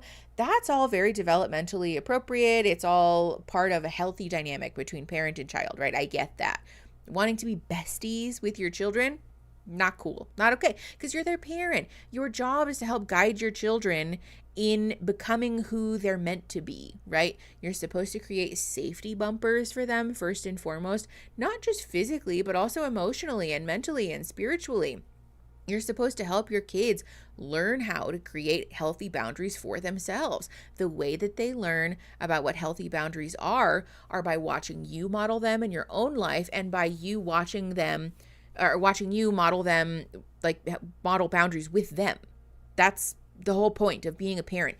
You're meant to be an authority figure in the sense that you create those bumpers for them. If you don't have bumpers, because you want to be besties, you want to be so cool, you want to be fun, you want your kids to think that you're so awesome, then you're not modeling healthy boundaries. Your kids are going to end up having to do that learning later in life, and it's possible that they will be hurt in the process of doing that learning because you didn't model the appropriate way to do it for them. Don't bring flings around your kid. I'd also be interested in learned trauma responses. That's actually an interesting idea, Subi. I feel like that would be an important video. Oh, bye, Michelle. Thanks for coming. I'm not a normal mom. I'm a cool mom. Yeah, exactly. That's Kim's motto. I think it's more so for Kim about the fact that she raised so many children that she was kind of coerced because of this religious fundamentalism into raising more kids than she wanted. And so now for her, the idea of empowerment means not being a parent, except that that's not fair, right? You did this. You are the one who brought those kids into this world. And while you might not feel it's fair to have to be like a primary parent for that entire time, I can empathize with Kim feeling as though her life's been stolen from her, because it has, I think, in a lot of ways. But you can't quit the job halfway through. Like, you did the thing, you fucked it up. It's like, take your L, move forward, move through it, and see your obligation through. Otherwise, you're being a shitty parent. Like, it's a pretty cut and dry fucking issue. You were the one who set this in motion, and at least until those kids are old enough to care for themselves, you're the one who has to fucking make good on that obligation. And you can not like it, sure. Too bad. You're entitled to support and empathy around that. Go to therapy, talk to your friends, develop a healthy support system that doesn't force you into these repressive religious roles. But there really is not an answer for you to just get to be obligation free. That's not how it fucking works. Short of abandoning your kids, which is fucked up. I think that's kind of what Kim is doing in an emotional capacity, quite honestly. What are they doing for school? I thought there was a teacher. It's supposed to be Kim, Maria. Kim is supposedly homeschooling these children, but it doesn't fucking look like it, does it? Yeah. Kim has a PhD in checking out. Yeah. Yeah, no, only the blonde kids are Kim's. Kim and Barry's kids. Okay, 17 minutes and 15 seconds. Pressing play in 3, 2, 1. Oh, sorry. I had it muted. Thank y'all for coming. That was really fun. Yeah, it was a good time. I'm sorry I quit. Yeah, I figured you would, though. It's like such a nothing burger. It's okay. got a... We're gonna watch this. Apologize. Though. Happens. Okay, here we go. Victoria, Minnesota. Just driving. No, we don't need music. It's literally just B-roll of endless fields and Olivia in the car. Just Olivia in the rearview mirror. I recently More here to fields. Minnesota to wrap everything up with Ethan, and Blog of completely out of the blue, Smog. Thanks I for the got a text from $2. Mariah asking if we have you seen Love Off the Grid? Hashtag we love a mess. No. What is that? What streaming service is it on? Is that what it sounds like? Because I'm imagining people who just don't have electricity and are like camping essentially, or just living without phones and TV and whatever. Those kind of shows make me laugh though, because then when you're being recorded, like, are you really off the grid? Because you're having your life televised. Okay, yes, Allie, literally can't be that off the grid if they're filming it. That was my thought. Okay, I'm gonna check it out. I've got lots of, I feel like I was telling Aaron, low-key, I was a little bit excited or like more excited for stream today than normal. Because I feel like I've been chained to the couch the last couple of days because Savannah really does not like it when we leave her alone, which I get. And that's very fair. And I understand that. And also I'm trying to work from home. So I've been working from home on my iPad, which is obviously limiting. But Savannah really likes when the TV is on. So, we just have been playing. Great British Bake Off is what seems to be what puts her to sleep. So we've just been burning through Great British Bake Off. And we might end up having to watch something else once we're out of that. So we need TV. It's on HBO Max. Okay. They might have solar power. That's fair. That's fair, Abby. To be fair to people, also like to think that New Zealand is the same place as Australia. So maybe that makes New Zealand and Austria the same place. Okay. Why is Olivia prolonging the shit show of a divorce? She should get a lawyer and force him to sign those damn papers. Well, I think it's because she can't. Like, yeah, that's fair. Miss Northman said in Discord that Olivia is way too nice. I think a lot of this, though, is Ethan prolonging the divorce. And I do think Olivia is probably being too nice about it. But for what it's worth, I think, yes, Christine, lawyers are expensive. And also, I think it's a delicate balance with this family of being firm, but not poking a hornet's nest. You know, do I think it's possible for Olivia to be super aggressive in getting the divorce papers signed and getting it over with? Yes, of course. But the potential blowback of that could create an even worse issue for her. Yes, Subi says the money aspect of that is also a problem. And for what it's worth, I do think that even with all of the fuckery that's ensued or occurred in their relationship, I do think Olivia still has kind of a soft spot for Ethan, which I get, you know, like I think Ethan's done a lot of fucked up shit, but I mean, she did love him at one time, you know. It's hard to watch somebody that you did once love suffer. And so I think she might have kind of a soft spot for him and not wanting to, you know, cause him more harm than, you know, she thinks she already has. Olivia is, oh my God. I was like, who called Olivia Plath a dog? It's the Nightbot command for my dog, Olivia. Got it. Yeah, lawyers are freaking expensive. Definitely. Can we talk about Olivia the dog instead? Yeah. We can always talk about my pups. If you can do it uncontested, it's so much easier. Yeah. That makes total sense. My mom spent $70,000 in 2 years. My God. Yeah, someone else in Discord said they spent $30,000 on their divorce. Like, I get why she's trying to make this as non-lawyery as possible. I can't believe Mickey's dog drove such a wedge in the Black family. I know, can you believe it? Okay, 18 minutes, 38 seconds, pressing play in 3, 2, 1. Could have a conversation, and it very much took me by surprise. Olivia's talking about Mariah. Last time I spoke to Mariah was maybe like 18 months ago. Going no contact 18 months ago was Mariah's choice. I actually didn't know what I was going to say when I got the text. Part of me was like, no. Remember, you've been the scapegoat of this family, and like, it could turn into that again. And then the other part of me was like, maybe she grew up a little and like needs some closure and wants to apologize. Like, if I did some of the things she did, I would want to apologize. So here I am, driving out to Grandma and Papa's farm where Mariah is staying. Driving out to the middle of good goddamn nowhere, apparently. Jeez Louise. This past year was definitely like a rocky one. A lot happened, and I know I handled situation. Also, I'm so sorry. I'm not trying to slander these people that we don't know, but the whole like classic cars and vintage farm equipment and these little teeny tiny houses that are on a very large piece of property, it feels racist. I'm sorry, it does. I don't know what the deal is there, but I don't like it. It's strange and it's kooky. It makes me uncomfy.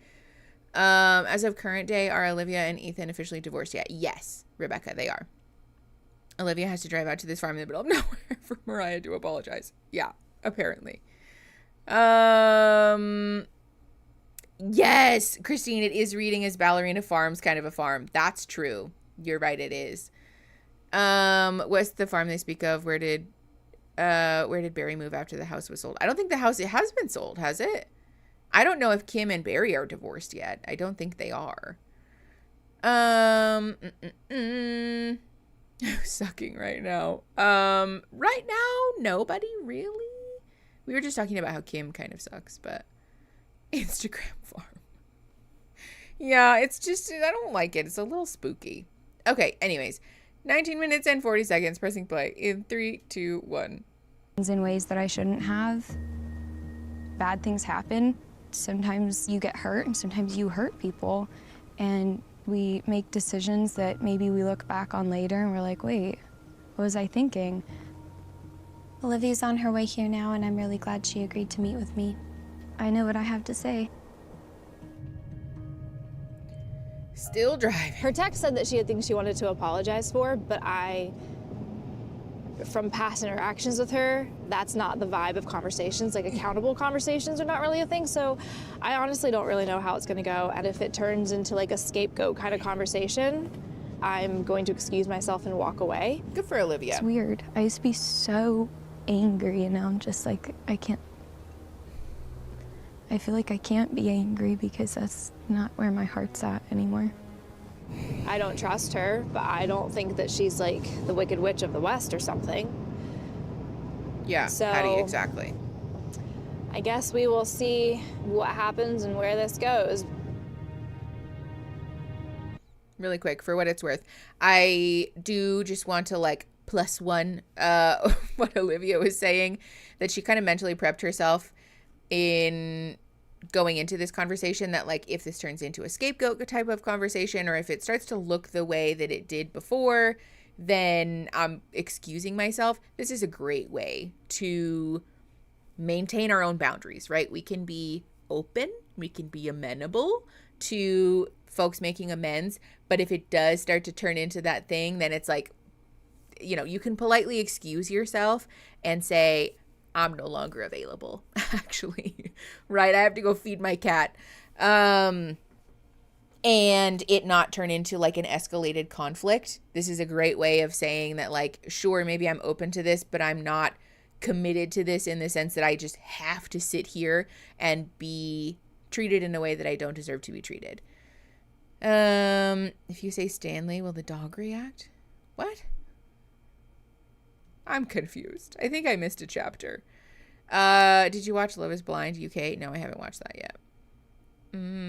Eric is dog sitting. Oh, fun. My sister's dog. Oh, hi, Stanley. Hi, Stanley. I hope you're having a good day, buddy. Oh, good pup. Good pup, Stanley. Mariah had the opportunity to be the next Dolly Parton. Did she? I think that's being really kind. Stanley. He doesn't give a fuck. Mood, honestly. Okay. Let's keep going. 20 minutes, 48 seconds, pressing play. In 3, 2, 1. After we finish this conversation, we're going to take a pee-pee break, by the way. You got this, bitch. Giving yourself pep talks is an underrated coping strategy, by the way. Okay, never mind. We're not having the conversation. So before we watch this fuckery happening on the boat, pee-pee break. Yeah, speaking of dogs, let's do a potty break. Now I'm done with work stuff, so I'm bored at work. Okay, let's take a pee-pee break. Don't forget to go get yourself some water and a snack or something of the like. Hi, Viraman, from South Africa. How's it going? There's only 50 likes on the stream? What? Yeah, if you like the videos, you can like the stream. It helps. It would be very nice. I would appreciate it very much. Ooh. Wait, I want a donut now, Christine. Fuck. I want apple cider donuts. Damn it. That's all I'm thinking about. Great. Love it for me. Okay, anyways, let's go get some water, get a snack, empty your meat suit, and we'll be back in 10 minutes. So it's 1:47 now, or whatever hour it is for you in 47 minutes. And at 1:57, we'll be back. Okay? Okay, see you soon.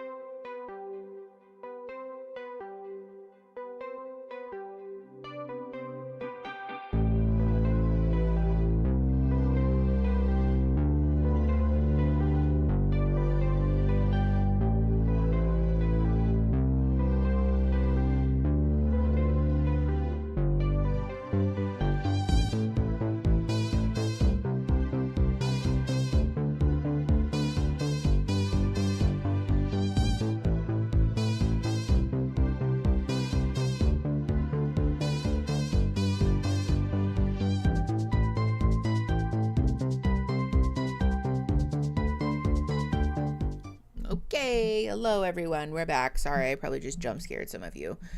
Sorry I'm late. I've been fighting for my life with this bug that's in my office and won't go away.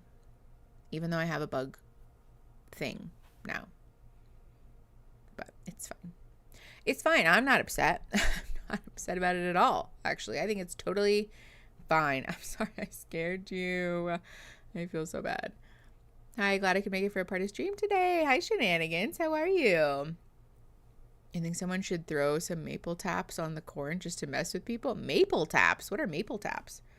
Can I just say that y'all, and me, got it. Make Fridays the best day of the week. Thank you, Jamie. That's really nice. That's very kind of you. Okay. Did everyone take care of their bodily needs? Your skin suits, if you will? Hydrating. Don't forget to take your meds, by the way. I don't have 1 o'clock meds today, but don't forget to take them if you have meds or if you forgot. I got my 3 beverages and took my meds. Hell yeah, Danny. I love that. Maple tops are like a little spigot that you hammer into a maple tree to get the sap to use for maple syrup. Oh. Wait, that's not really how you make corn syrup, surely. You're joking, right? How do you make corn syrup, actually? I'm making apple cider. Why are you guys torturing me? That does sound really fun. I hope that you're having a wonderful time making your apple cider, but between the apple cider donuts and the apple cider, it's also hot here, you guys. It's not fall. It is not fall at all. Look at me. I'm a poet and I didn't even know it. No, seriously though, it's very frustrating being in a fall mood and it not being autumnal just yet. I want some fun, cutesy, autumnal snacks. Time to come to New York. It's gorgeous here in the fall. In the state, not the city. I know, Allie. You would never. I'm jealous. I'm really excited to go to Philly. I feel like it's probably going to be cold, though, because I'm going in October. Like the latter half of October. Yeah. So I think it's going to be quite cold for me. To me, anyways. I'm sure to the people who live there, it's like probably fine. But to me, I think it's probably going to be cold. But the artist Caribou just dropped a phenomenal 4-track EP. Ooh, don't know who that is, but if I remember, I'll check it out. Apparently those taps are terrible for the tree. Oh, I didn't know that. That's so sad. There's a new method that doesn't hurt it. Okay, we love that. I learned some really troubling things about microplastics this morning, by the way. That was a way to start my day. If you're coming to Philly, I live and work there. Ah, Aria, that's so cool. Oh my gosh, I love that. I'll DM you after stream is over, if I remember to. Sometimes my brain doesn't work after stream. There was snow on the mountains about an hour from where I live, so fall is close, but not here yet. Wow, Amanda, that's a stark difference from where I'm at. It's like in the 90s. Let's see, what's the temperature today? It is... It's loading. It's loading. What's the temperature? Tell me things. Okay, let's have a fun little game. Guess what temperature it is here in Tucson today. We're doing Price is Right rules. So whoever gets the closest without going over. Okay, Aria said 105. Jamie said 90, 96, 95, 97, 105, 96, 88, 91, 95, 103. Okay, Christine K got it right. It's 98 degrees. It is 98 freaking degrees here. 97. Niska, you were really close. And Morgan, 97. Y'all were really close. Yeah, it is 98 degrees. Boy band hot. Yes, Aria, absolutely. It is boy band hot. Oh, a lot of you got really close. Would I win less heat here tomorrow? Please. I don't know, Christine. Do you want to win something? Oh, whoever my neighbor is just plugged something into the wall and it scared me. After living near 112.68 is so nice. Kyle, that sounds delightful. Well, a little cold for my taste, but you missed the opportunity to make a song joke. I did, Chelsea. Y'all made it for me, though. Yeah, 36.6 degrees Celsius. For those of you who are in Celsius, bless you, Eric, for doing the math. Thank you. I want it to be 68 degrees so badly.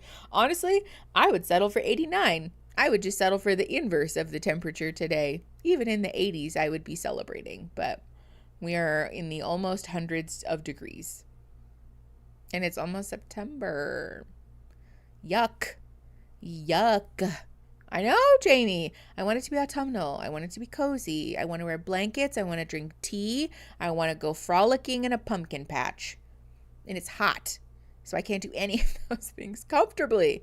I want to wear boots. I bought these jeans that are so cute, you guys. They're the best, most like gender affirming pants I've ever owned. Can't wear them. Sweaty. I'll be a sweaty wreck by the end of the day, and it's no good. It's no good. I want to frolic in a pumpkin patch with Mickey. I want to frolic in a pumpkin patch with you, Danny. I want to frolic in a pumpkin patch with everybody. Wouldn't that be so fun? Yes, I want to wear thick socks, Kyle. Absolutely. I want to wear my flannel comfort shirt, my comfort flannel. It's my favorite. It's a bisexual right to be able to wear comfy flannel shirts. I got AC maintenance done this week because of you. Oh my God. Christine, I'm honored and also proud of you. Yes. I demand beanie. Yes, beanies. Captain Quesadilla, so right. You are so right. I want it to be cold, cozy, comfy. But it's not. It's not. It's just warm. It's literally too hot to walk your dog outside during the daytime still. Like if that tells you anything. My capacitor was about to go. Oh my God. Okay, Christine, that's good that they got that because that is the thing that broke in my AC. And then when that breaks, other things break and then it's a whole thing. So high five. Oh my God. But like right in the nick of time. Oh my gosh. Also did a local family company. Christine, I've never been more honored. Thank you. Who then tried to give and sell me goats. Oh my God. No, that's not right. I literally live in flannels. It's been awful not being able to rock them. Yeah, Kate, I feel that. So she can run shirtless, but I can't. Oh my God, Kyle. What? I almost just like Ron Burgundied that, and I'm glad that I didn't. I'm 1 year into being on testosterone injections, and I'm sweaty all the time. Arden Rose, I'm so sorry. I didn't know that was a thing. That sounds so frustrating. I hope that the sweatiness goes away. Does it go away? Or is it like an adjustment thing where like once you're situated more, it goes away? Or does it just stay that way? Yeah. The goats would be smaller than my dogs. Stop. That's really cute. Yeah, Captain Quesadilla, exactly. Little goats would be really cute. Although, actually, now that I say that out loud, I'm like, would they? Goats kind of scare me a little. Their eyeballs. It's their eyes. Their beady little eyes. I don't know. Like, they're fine, I guess. They are cute in theory. But then, when you look too close at them, it's like, it's not right, you know? My friend's experiencing the same thing with T. Oh, that sounds really frustrating. Is that why I'm hot? It's testosterone? Maybe. Baby goats, yeah. It's the sideways rectangle pupils. Allie, yes, exactly. Yeah, just if you just cover their eyes. Just like cover their little eyeballs. Oh, adorable. They're so cute. And then you look at their faces and you're like, ooh. I don't like it. I looked up how much she kangaroo cost this week as a legal pet. What? You can buy a kangaroo as a pet in the United States? Chelsea, hello? Goats are either adorable or terrifying. No in between. Yes. Allie, that's how I feel. Newborn horses' hooves. Oh, don't bring that up, Arden Rose. Why would you remind me that those exist? You can legally own them in Texas with no permit. Hello? That's yucky. I don't like that. Yeah, don't Google it. Don't Google it. Don't Google it. It's really yucky. Lifestyle Rewind, I feel similarly. Although, you guys, there are some little, what do they call them? Mourning doves. There are little mourning doves that are just pigeons, by the way. Mourning doves are just pigeons. But they're historically, like, you know, bad at making nests because all pigeons were at one time domesticated birds that we just turned out onto the streets and turned our back on them, because people are fickle, mean beings. But pigeons are really bad at making nests. Love doves. Mourning doves are really bad at making nests, and they keep trying to make one on top of the like light that's on the front side of our house. And so I ordered a little perch. It's like a little box, like a platform for them to make a little nest in so that they're safe, because one of their eggs fell out of the nest, you guys. It was really sad. So we're I keep saying it was me. Aaron was being a curmudgeon about it, but I wanted to order a little platform for them. So that's coming. I ordered it from some nice man on Etsy. So I'll update you guys if they have a nest and lay an egg, and if they have little babies. There is a baby mourning dove in our backyard that's just on the ground. I don't know what that's about, but we keep having to steer sedated Savannah away from it because she really wants to kill all animals that are smaller than her. So that's been fun. Yeah, don't Google newborn horse hooves. They're yucky. We abandoned the pigeons, and it makes me so sad. I know, Rowan, it makes me sad too. Yeah, we did also breed pugs and a bunch of other dogs. What is the word for it? I can never remember. It starts with breaky something. But a whole bunch of dog breeds that have their little smooshed faces, so that they can't breathe. It's really, really hard. Oh, thank you. Brachiocephalic. Thank you, Allie. It's horrible. They can't breathe. Their little noses are so smooshed that they have a terrible time breathing. And we did it purely for the aesthetic of it, which is awful. Human beings are kind of fucked to animals. We should really be nicer to them. No, yeah, Joe, we're talking about pigeons. We're talking about pigeons. Yeah, cats are also bad for local bird populations. Outdoor cats are actually really bad for the environment. So if you have a cat, bringing it inside can be very good for your local ecosystem. No, Libby, don't bring that up. Yeah, poor smoosh nose babies. I know, shenanigan. It's awful. Anyways, now that we've shared a bunch of really sad facts, does anybody have a happy fact to share? A happy animal fact to share? Anything uplifting, maybe? Cat leashes. Cat leashes are good. I had a cat stroller back in the day. Did you know that? Have we told you guys that before? I used to walk the cats around the block and take them to the park. I used to bring them to work. Not therapy work. I would bring them to the cafe that I worked and bring them on the little outdoor patio. We would sit and hang out. Do you guys remember the Pigeon Man episode of Hey Arnold? No, I do not, Liv, and that looks sad. I don't want to. I want a cat stroller so bad. They're really fun. Cats can really dislike them, though. There's a cat in an Asian zoo that lives with a herd of capybaras. That's really cute, Labine. I tried to get my cat in a cat harness or leash, and he was so offended. Yeah, it's something that if you don't do it with them when they're really small, they can be really opposed to it because they're like, unhand me. But when they're little, they just think it's a thing, you know, they get used to it. Like dogs too.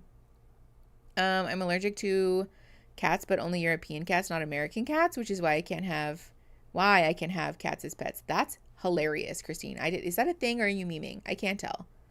Now is the time to start with the kittens. Yeah. Leash the kittens. Boop, boop, boop. Jellyfish reproduce by budding like potatoes. That's really cute. We just adopted a Shih Tzu, and I think he is in that class, but he's the best pup ever. Oh, that's sweet. 2 baby raccoons near your chicken coop. Chickens were all unharmed. I think the raccoons got in... Where did it go? Got in there and then didn't know what to do. Oh, that's really sweet. Okay. Let's get started with stream because my headphones are beeping at me because they're gonna turn off. So let's just get into it.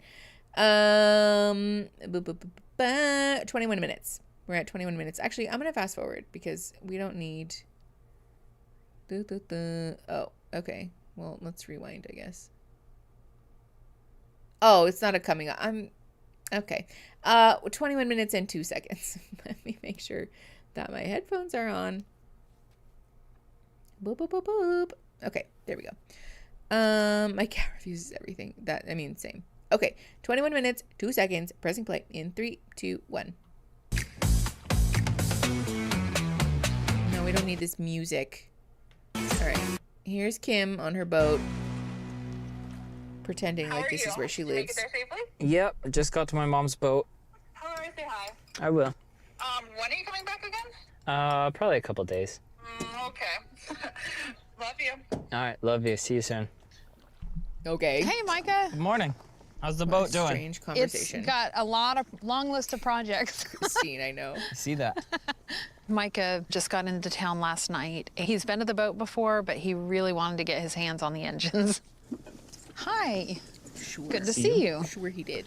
You know, the last year or two have been a huge transition for me, kind of branching out on my own. And it's been hard, it's been scary, and it means so much to me that Micah is here to help me. He's got my back, and that makes me feel amazing. This is so cool. Wow. And you have a generator. Oh, I do. Okay. That's good to know. Kyle, you're gonna get My mom muted, knows dude. very little about Quit calling mechanics. it that. Do your blowers work? What are the blowers? What does that mean? Do you have a key for the boat? There's a key in there. Does it fit your ignition? I haven't tried it. This is port and this is starboard, right? I don't know. I forget. You don't know? You grew up I on know, boat. I know. Comment in the Discord. Are you sure the batteries are dead? I have no idea. I really don't know how to fix a boat engine. I don't plan on learning, so it's fine with me that he likes that. So how are things with you and your girlfriend? Thank you, Kyle. We're doing good. Well, good. Right now I'm living with my girlfriend. She's an incredible woman. She's the one that took my heart and pulled me down to South Florida.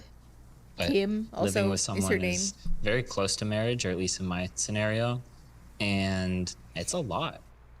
The little girls told me that last year you didn't get your girlfriend anything either for Christmas or for her birthday. Who told them that? Your girlfriend? Yeah, I guess I can't trust the Oh, sisters boy. with private information. So I guess I was just wondering if this year maybe step it up a little. I'm trying, but she has like everything she needs. Last year, I was still in California for the holidays. I think I just sent her a bouquet of flowers, which if you order flowers online and have them shipped delivered to someone, it's expensive, very expensive. Found out it was cheaper to move here and deliver them in person. Okay, hold on. Couple of things. First of all, yes, exactly, Kiera. Do the little girls have names? Yes, they do. And one of whom, by the way, is 15 fucking years old. Like, Amber is a teenager. She's closer to being a legal adult than she is a child. Like, can we just stop? She's not a little girl. She's 15 years old. It's very infantilizing and it's weird.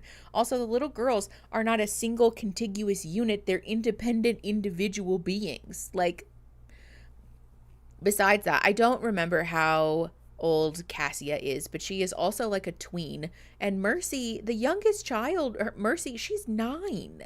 Like, she's not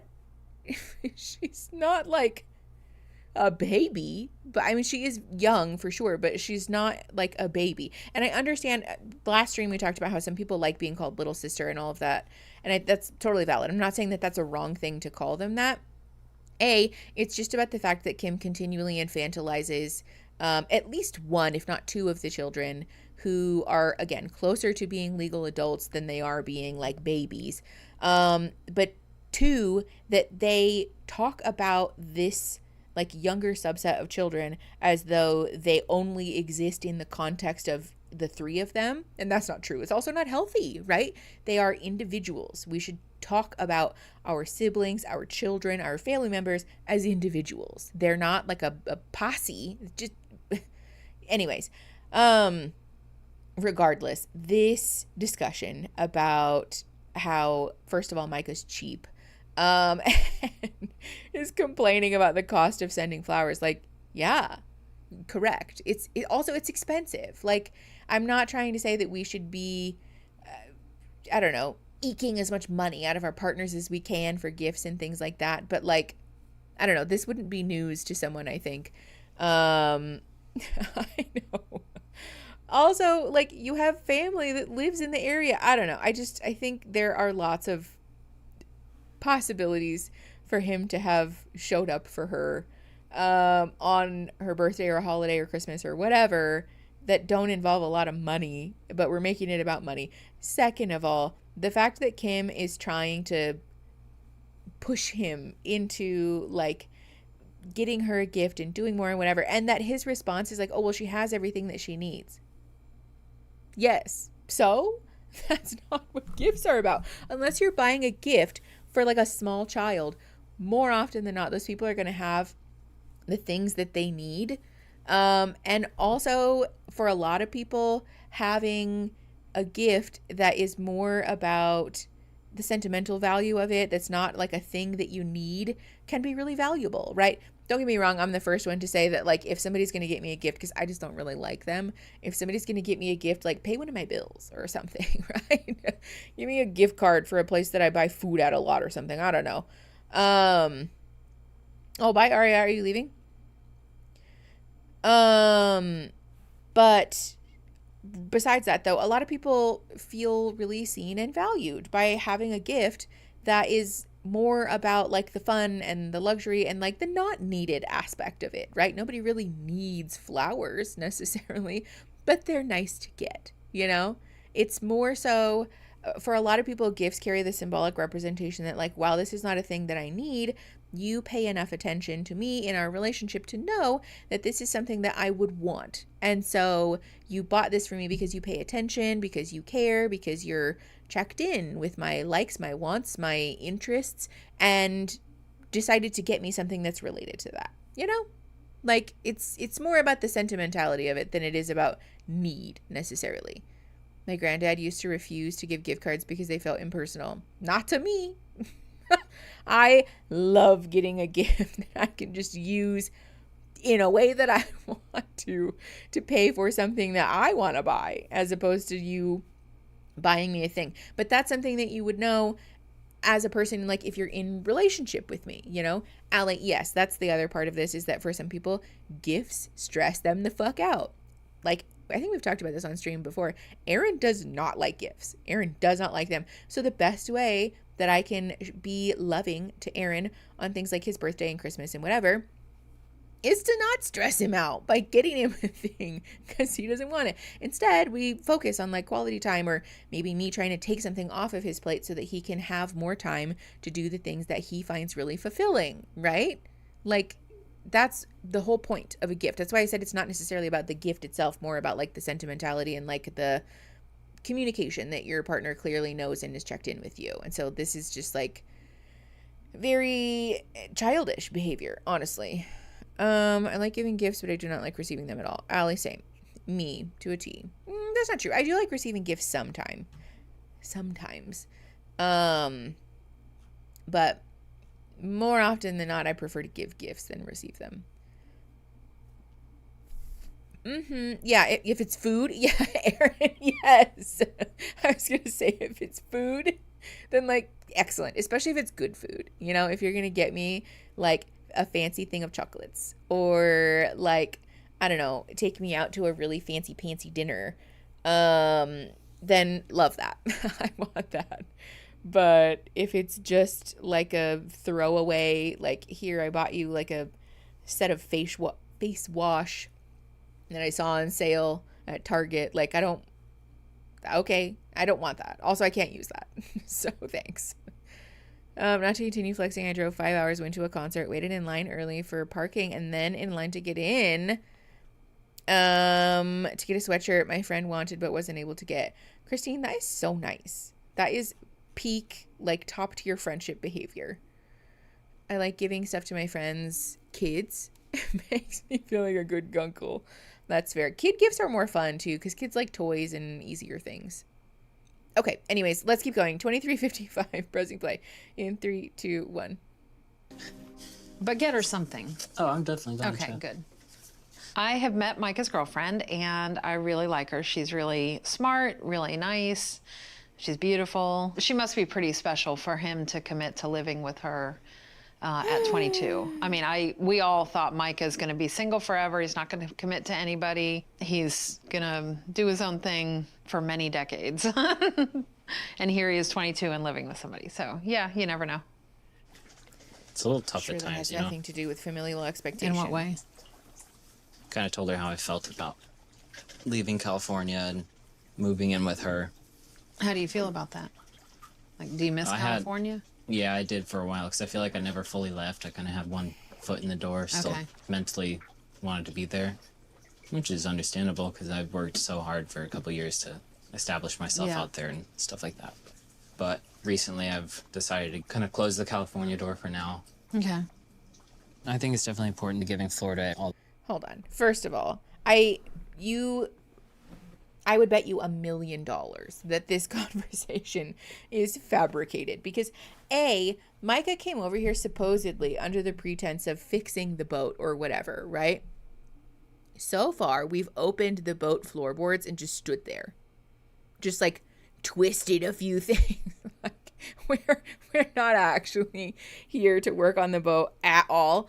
But second of all, the fact that Micah is acknowledging that he wasn't really on board with moving back to Florida in order to be with his girlfriend tells us a lot, I think, about that relationship. Just put a pin in that. Just remember that. That's going to be relevant later when we talk about some future episodes. Because this is not a great place to start a relationship, right? If we're moving in with somebody, it should be because of a genuine desire to do so, because we feel like we're compatible, because we want to, because we're in a good place where we both feel ready for that, and we're like, our values and beliefs are aligned.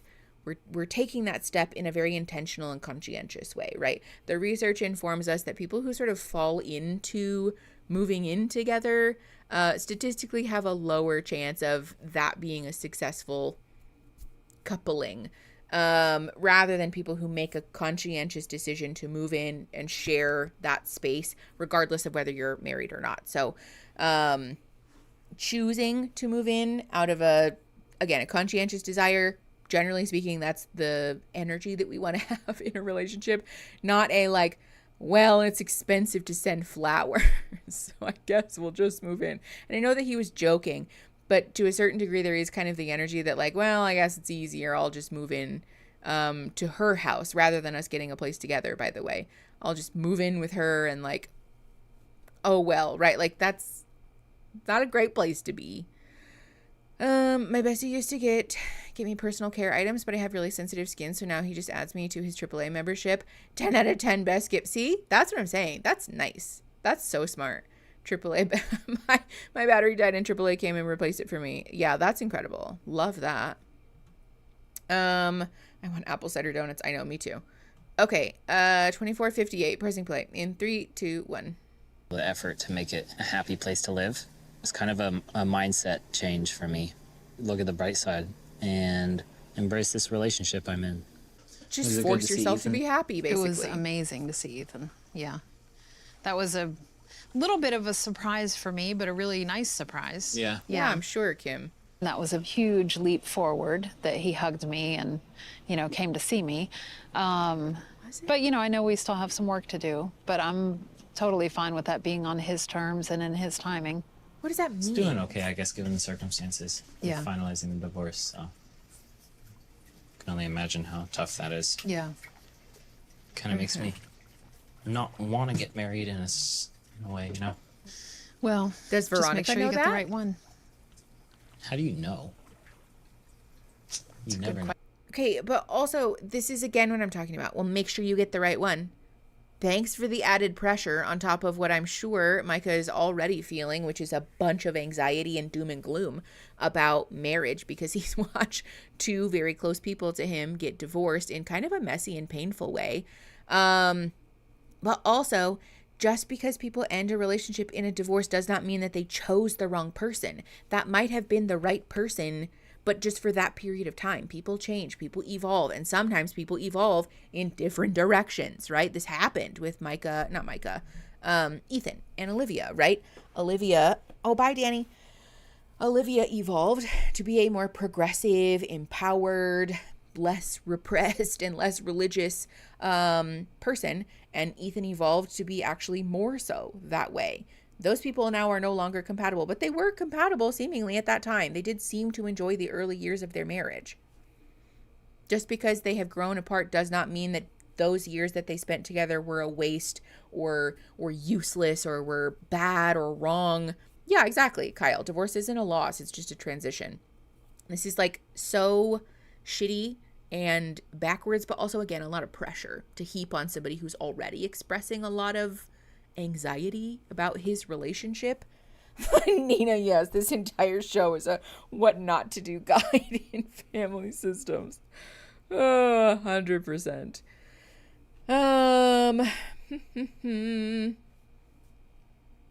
Excuse me. Also, Wolf Trap, the metrics on successful coupling for moving in, meaning whether or not they stay together or not. Okay. 2551, pressing play in 3, 2, 1. Question. I guess the way I look at it, when you find somebody that's worth investing in, you know, that you love so much that you want to invest in, if you don't love them enough to put in the effort, then it's you know, that's not the right one. I feel like I want it, but I also, like, I've seen so much marriages fall apart lately. Yeah. It's kind of sad to me to hear Micah say that he's worried about getting married because he's seen so many marriages fail, including my own. Yes. But if he's not sure and he has questions about it, he shouldn't get married. You know, when you absolutely know and you can't help but marry that person because you know that you want to spend the rest of your life with them, then go for it and get married. And then work on it. And then work on it. That's not... I guess just take it one step at a time. Yep. I mean, that's kind of what I'm doing with Ken, is just taking it slow and waiting and thanks. Yeah. Not really so in slow. a hurry to rush into anything, and kind of scared to ever get married again. So slow that rightfully so. I can only imagine. Started dating him like a few weeks after I feel like Micah, because he's been in a long-term relationship for a while now, he probably has a little more understanding that it takes a lot of work to make a relationship work, and Mom and Dad hung in there for 25 years, but it's done, you know? We didn't do what we needed to do to make it really any longer than that. And I feel like he probably has a little more grace for me now. I feel like I should come back up here. The fact that this is about Kim from her perspective, I think speaks volumes about this family. This conversation the brain fog from I'm hoping it's my meds is awful. I feel like I can't talk. Anyways, the fact that this conversation from Kim's perspective is about herself and about wanting her child to give her more grace for the fact that she got divorced is like so selfish and irritating, because her child just expressed a lot of anxiety, some fear, confusion also, right? This is very much potentially, if this conversation isn't fake, which I think it is, but still, it's likely a recreation of some conversation that ended up being real in like off camera. This is essentially like a bid for connection potentially, right? This moment where a child is reaching out to a parent with like some level of indecision and confusion and fear is a moment for a parent to show up for a child and be like, hey, right? Let me just like hold some space for you, right? Maybe I don't even have good advice for you in this moment, but I can just honor and acknowledge for you that like, yes, feels very scary. And that's totally valid. I would get why you would feel hesitant or scared to be in a long-term relationship or marriage, right? fair enough. I think that's okay. I'm available to talk about that. You know, if you want to talk about it more, or you have questions about me and your dad's relationship, like, I'm happy to answer those for you if it helps provide you with some clarity about what a good relationship looks like, you know? Buy home keys. I hope grocery shopping goes okay.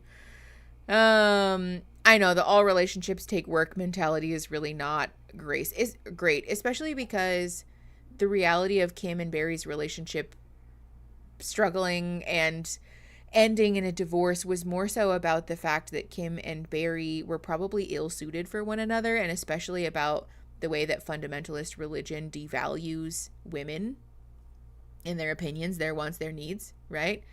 Than it did with them not working hard enough. Like, that's not, we should really move away from that expectation. I had to remind my parents that they were my parents and that I needed to be spoken to as a child of theirs, not as a ping pong board for your thoughts. Yes, Kyle, I think definitely. Especially because, again, Micah is essentially expressing like some fear and anxiety about his own future and relationships. And Kim took this opportunity to be like, yeah, relationships are hard, huh? Bet you're thinking that you could be a little bit nicer to me, couldn't you? Kim, what? What? This doesn't have anything to do with you, Kim. Like, why don't you just not be so selfish and obsessed with yourself for like a minute, maybe? It's just very frustrating. Again, I think this just speaks volumes about the family system, the way that they're oriented. No, I know, Christine. Kim could never manage that.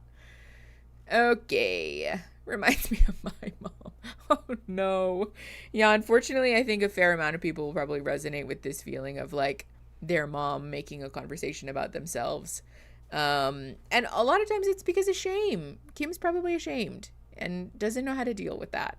So she makes everything about seeking absolution from other people, so that she projects her own self-judgment onto others and says, give me absolution. And then when they do, she says, "Whew, thank God. I don't have to be ashamed of myself." Moving on. And that's not helpful. It makes you actually really frustrating to be in relationship with sometimes.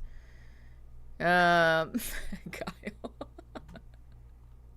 Be nicer to yourself. That's not a nice tone to speak to yourself in at all. Joe. I don't know. The mythical creatures, I guess. I've heard stories, myths and rumors of people who have moms that don't make conversations about themselves. Okay, 2722, pressing play in 3, 2, 1. And actually be ready to dive into this boat and get it running. As long as you know what you're doing, I'll be your cheerleader and I'll watch. Wouldn't hurt to have a fire extinguisher handy. Oh no. See, this is not... Your text seemed really genuine about like wanting to apologize. Again. Great. Okay, here we go.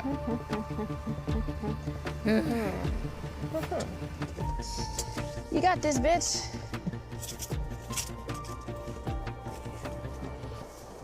Is Mariah wearing a crop You warm top? enough there? I think so. It's not as cold as it was yesterday. Okay. You look like you're gonna be freezing. I know. I'm You can always tell she just has a freezing. nude tank I top have under. on like 15 layers Or and like I'd a still nude be shirt. cold.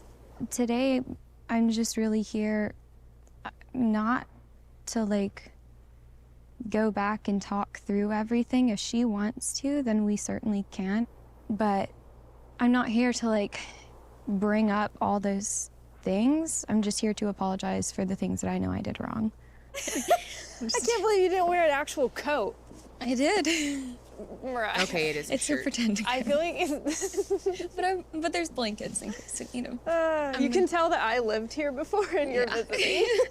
You can tell I lived in Florida for too long.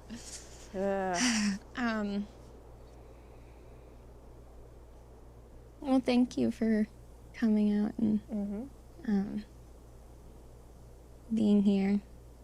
I really just wanted to say that I'm sorry for how I handled everything and how I treated you last year. Okay. Instead of owning up to what I did or when I messed up or whatever, I was just Or like whatever. constantly trying to justify what I was doing, you know? I was keeping like a record of wrongs. Like, well, this person did this, and so I did this, and I can't do that anymore. Who am I to try and hold somebody else accountable and say what they're doing wrong when I'm completely blind to what I've done and what I've been doing? Like, I guess that's what I'm learning right now. But valuable thing to learn. Couple of things. I don't want to nitpick, but Olivia will talk about this later. But Mariah's apology is very non-specific, right? I understand to some degree that she's kind of just trying to cover her bases in apologizing for a bunch of stuff that happened over that period of time. But for what it's worth, if you're aware that you've done a specific thing wrong, generally speaking, I would encourage you to name that thing, because it comes off as more genuine and like a greater desire to really own accountability, right? It's kind of the thing when people say like, oh, well, I'm sorry. Sorry for what? Like, do you know what you've done that you should be apologizing for? Or are you just apologizing because you want me to forgive you and so that we can put this thing behind us and you can pat yourself on the back and say, okay, you did the right thing. Like, it's helpful to be specific. That's true, Gems. It's hard to be genuinely vulnerable on camera, which is another part of this situation that's inherently flawed. And also why I'm hoping, again, I'm assuming that most, if not all, of these conversations took place off camera in some capacity. I find it really hard to believe that this was the very first time that they had ever spoken. And if it was, there was probably a good amount of chit chat that happened off camera once they got enough footage for this scene, because I just find it hard to believe that this was it. I don't know. I don't believe that. Yeah, no, there's a whole camera crew. There are boom mics and a lighting crew and multiple camera angles, right? Like, that's the other thing that I want to encourage you to remember, is that when we watch this, it's like pretty seamlessly edited, but like we have one angle of Olivia's face, we have another angle of Mariah's face, we have a third angle of the two of them, and we likely have a fourth camera that's floating to grab other angles of things just in case. And so at minimum, with 4 cameras, there's probably 2 boom mics, probably at least a lighting person. There's probably like a producer or some other like staff here. Like, we've got half a dozen to maybe a dozen people standing around watching these people have a conversation about how they hurt each other's feelings last year. Like, I don't know about you, but I would struggle to have a genuine conversation in that environment. Yeah, somebody pointed out, I don't know where it went. Yes, the Plath kids never had proper apologies modeled for them, and like very much this, right?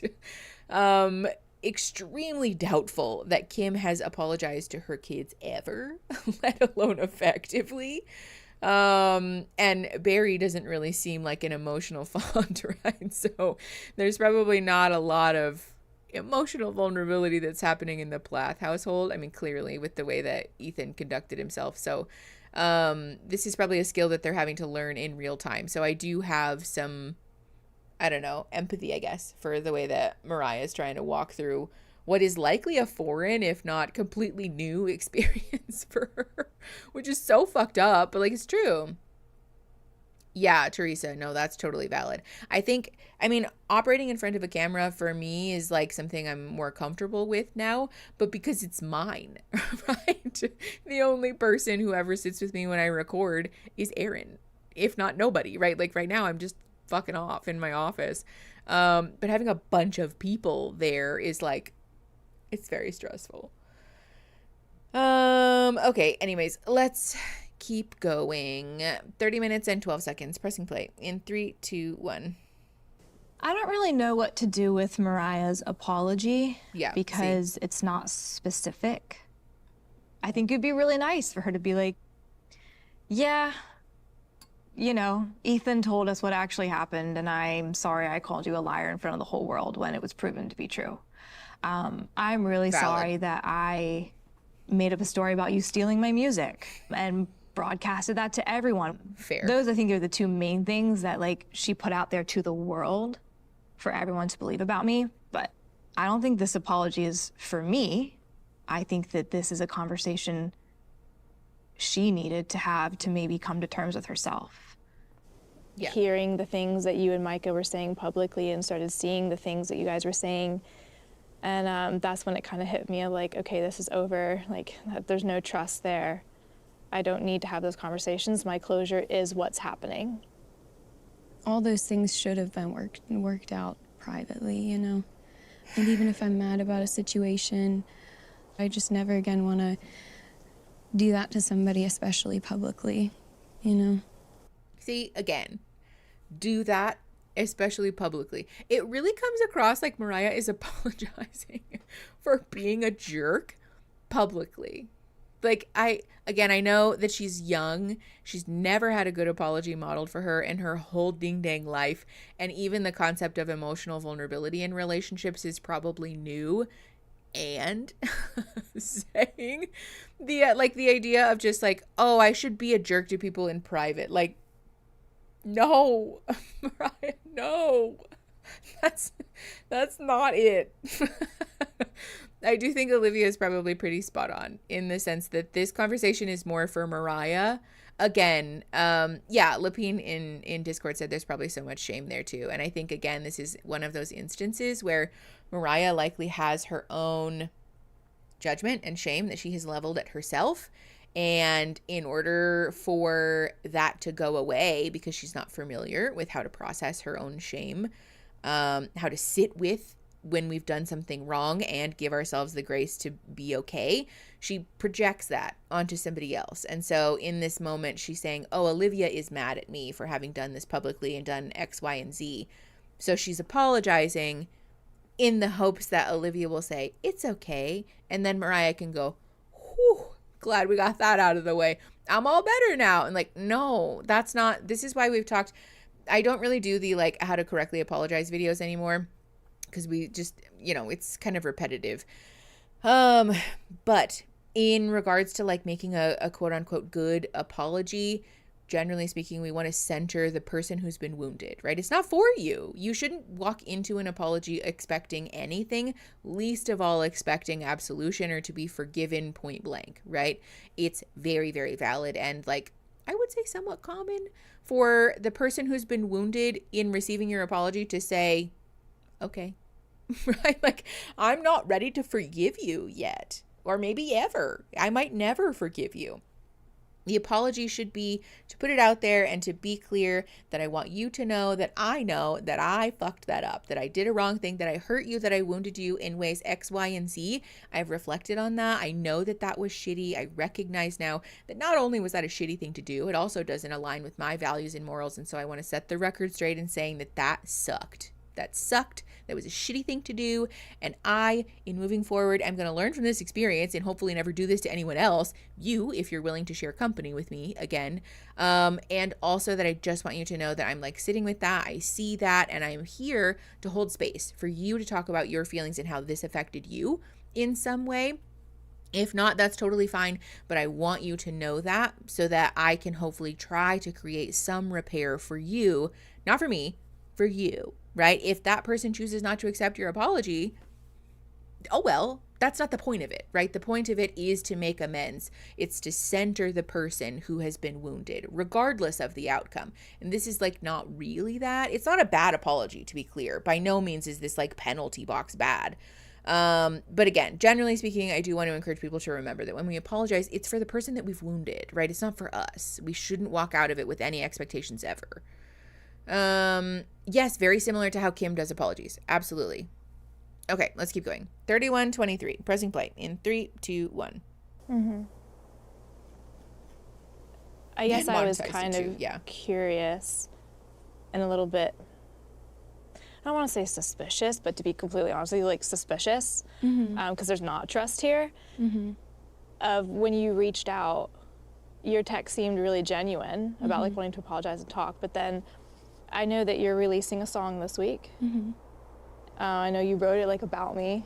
I don't know, it just kind of sat with me in a weird way of like, meeting up and talking this week, well, the same week you're releasing a song that like, it's like your burn book basically against me. Woof. You know? Oh yeah, so for those who are not familiar, Mariah has an independent music career. She does release music. And one of the songs that she released at the time that she was making this apology to Olivia was called Circus. And it was pretty much just about Olivia specifically. It wasn't even necessarily about the state of affairs generally. It was like pretty loudly, obviously, about Olivia. And so this context is pretty important. Okay, 3212, pressing play in 3, 2, 1. I know that you're releasing a song this week. I know you wrote it like about me. I don't know, it just kind of sat with me in a weird way of like meeting up and talking this week, well, the same week you're releasing a song that like, it's like your burn book basically against me. Mariah being like, what's a burn book?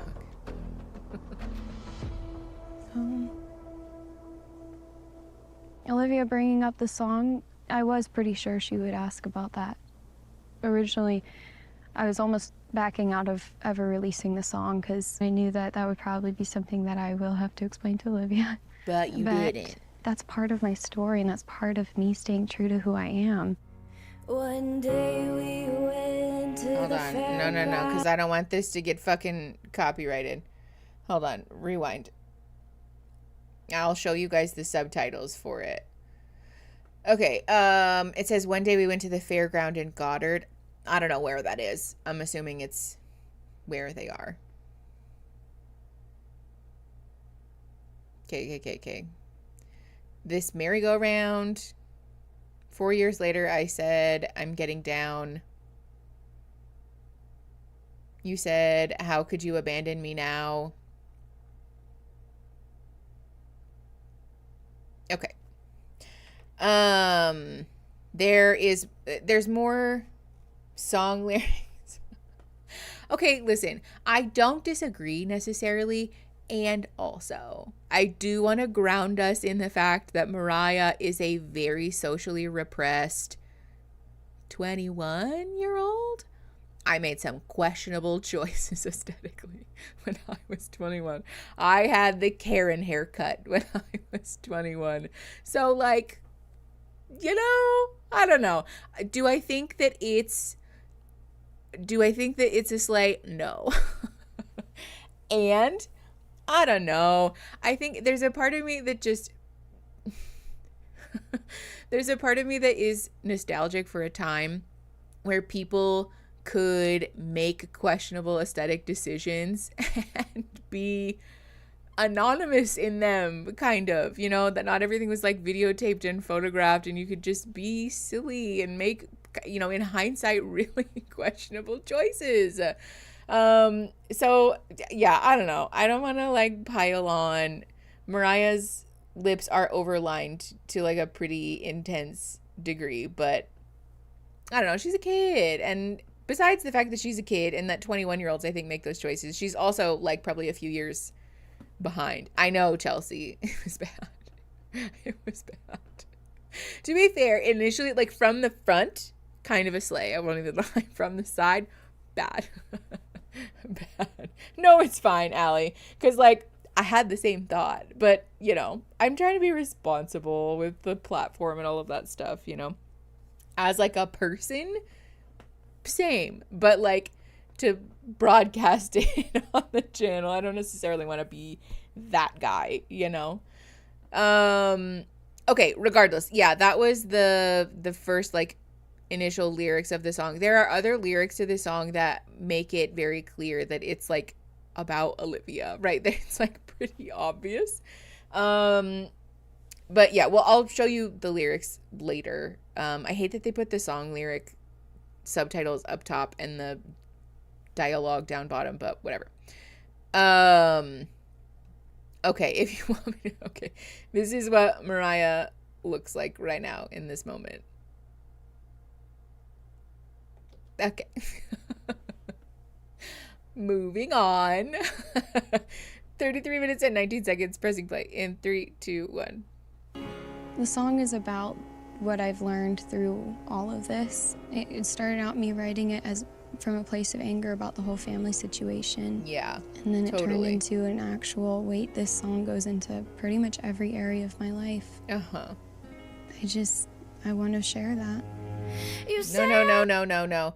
Okay, hold on. You say I let you down. I say give me the freedom to change.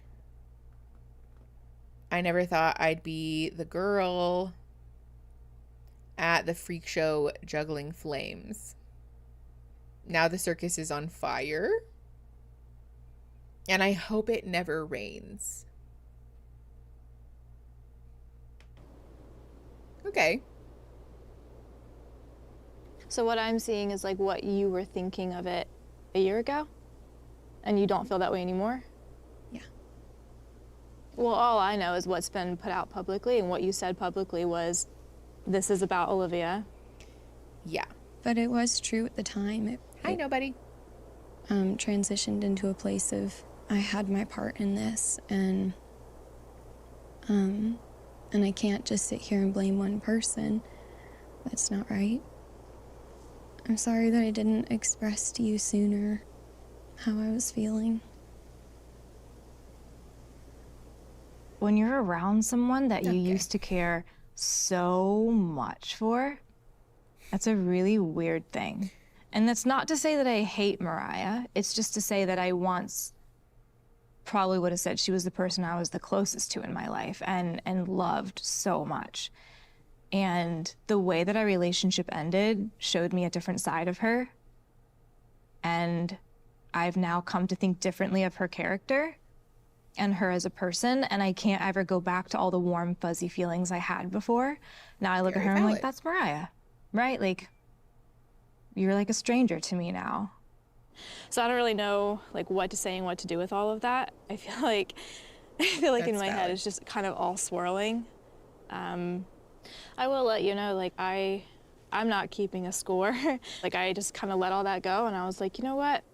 It is what it is. Like, we're different people, it's fine. Yeah, some of the things you did to me I think were really and really hurt, but at the same time, like, I was once 20, figuring out life, and I made some choices that I wish I had not, and I dealt with things in ways I wish I had not, and very fair. I kind of feel like I didn't get grace for that, and I wish I had, and so I'm just letting you know, like, no, she said I get it. Well, thank you. Listen, I think this is a maturity and kindness, quite honestly, that is really mature. And that I think a lot of people would struggle to give to someone who behaved the way that Mariah did. And like, I don't know, I give Olivia credit for that. Somebody in Discord said I had my vague, non-specific part in this. And that is kind of the apology that Mariah has offered. We're going to get more of the song lyrics here in a second. I feel like I might have wrote that type of angsty lyrics when I was younger, but luckily didn't have the platform to put them out in the world. Yeah, Nina, agreed. I don't know. Luthien in Discord said, is it me or is Mariah smug as fuck about the song? I don't know if it's smug. The whole thing is like very overproduced and again, very like obviously orchestrated. So it's kind of hard to get a feel on people's genuine emotions in conversations like this. But I do think there is a part of this interaction that feels phony in some way.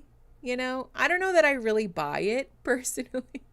The apology, it seems more like a box to check that like in order to not look like a total ass on TV, check in the box and like I've apologized technically and so therefore it's fine, you know, more so about doing the thing than it is about making genuine amends, which to be fair I guess doesn't really matter because I don't know that Olivia really cares or wanted that, but I don't know. I guess as far as like your own relationships are concerned, do know that it is okay when someone offers you an apology like this to say like, okay, I don't forgive you, you know? This is not a real apology, or like, I don't want to have this conversation with you if you're not willing to be genuine or you're not willing to be specific. I think for these two people in this very overproduced environment, potentially having had the conversation either before or after in a more genuine way. And for what it's worth, again, because Olivia doesn't really seem interested in rekindling a relationship with Mariah anyways, I think this conversation kind of works. It serves the purpose that the two of them like need in this moment. But interpersonally, it's not exactly a great example of what healthy conflict resolution looks like, because we didn't really resolve anything, you know, like nothing really happened. This is ultimately just kind of a nothing burger chit chat that amounted to like a, okay. Oh my God, that scared me. I have alarm set on my phone for Savannah's meds. Sorry if I just jump scared you guys. My alarm jump scared me also. Woo! Also, let me text Aaron and make sure that he gave the dog her meds. 1 second. Especially if she never apologized off camera, this would be hard to accept. Yes, Teresa, definitely. If Mariah never had a real conversation with Olivia off camera, then this is especially shitty. But I'm giving everyone involved the benefit of the doubt that they did, and that the producers were like, do something, you know, because they clearly were struggling for footage. Hold on. Did you give the dog her meds? It's time. Okay. All right. Also, love you, Punky, if you're watching. Yeah, the producer said, no gif. Yeah, no, exactly. That little gif of a, like, come on, do something. Yes, this is very much that. Okay, let's keep going. It's 36 minutes and 10 seconds. Pressing play in 3, 2, 1. Oh. When I was younger than Mariah, I married Ethan and was trying to figure life out, and definitely made mistakes along the way. Definitely drew very harsh boundaries when I was trying to figure out how to protect myself and trying to figure out who actually had my best interests at heart. And I don't feel like I was given room to mess up. So maybe I can offer her that space to kind of mess up and get back up and grow up and not feel judged in the process. Again, very mature. I think that's probably kinder than I would be willing to muster, surely. Also, Trish said, wouldn't it have been big of Olivia to apologize to Mariah as well? Olivia asked a lot of this family to keep Kim away from her, and it isn't her place to get in the way of their relationship with Kim. This is the thing that is kind of confusing to me, is that like, I don't know that that is really the case, because Olivia was pretty outspoken on camera even, that she was not asking the kids to not have a relationship with their own mom. She was asking that Olivia not be pressured into having a relationship with their mom, which the Plath siblings did a really bad job of respecting that boundary. There were times that Olivia was pretty aggressive with her boundary setting, like she just talked about, but she apologized for that pretty quickly after it happened, right? Like, I mean, we have the footage to validate that that was a thing, right? I mean, Olivia did apologize to the Plath siblings and to Ethan in moments where she realized that she overstepped. So I think that has come and gone, right? Like, Olivia did apologize, but just then.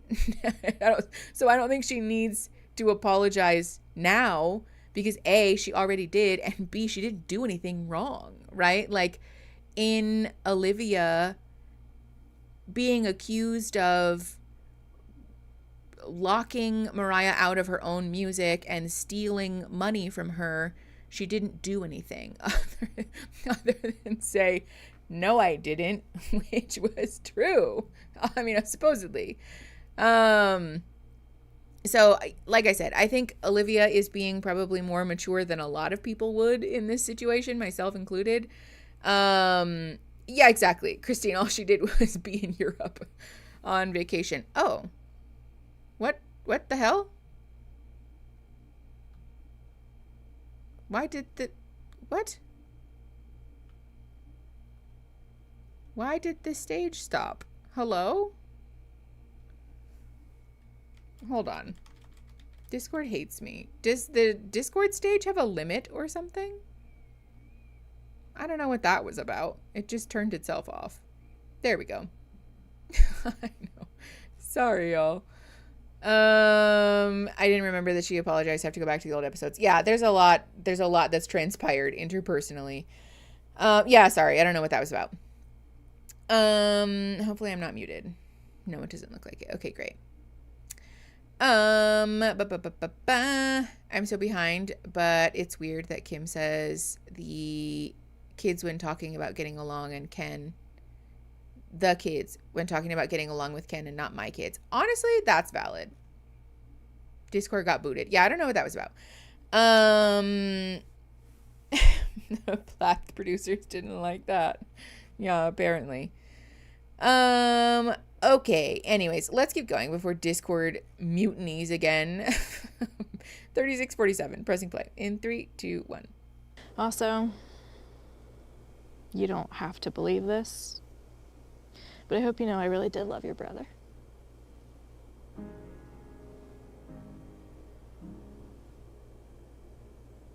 That's fair. I know, Allie. I know. We're so close to the end of the episode. I guess I learned that sometimes love is not enough. Correct. But it doesn't mean it never existed.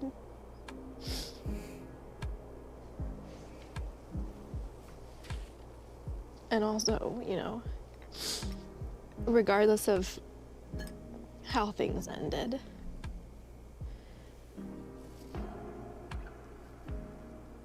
you used to be my little sister, and I really loved you too. And you don't have to believe that or anything, it's okay. I just felt like I should say that and let you know. Fair enough. You too.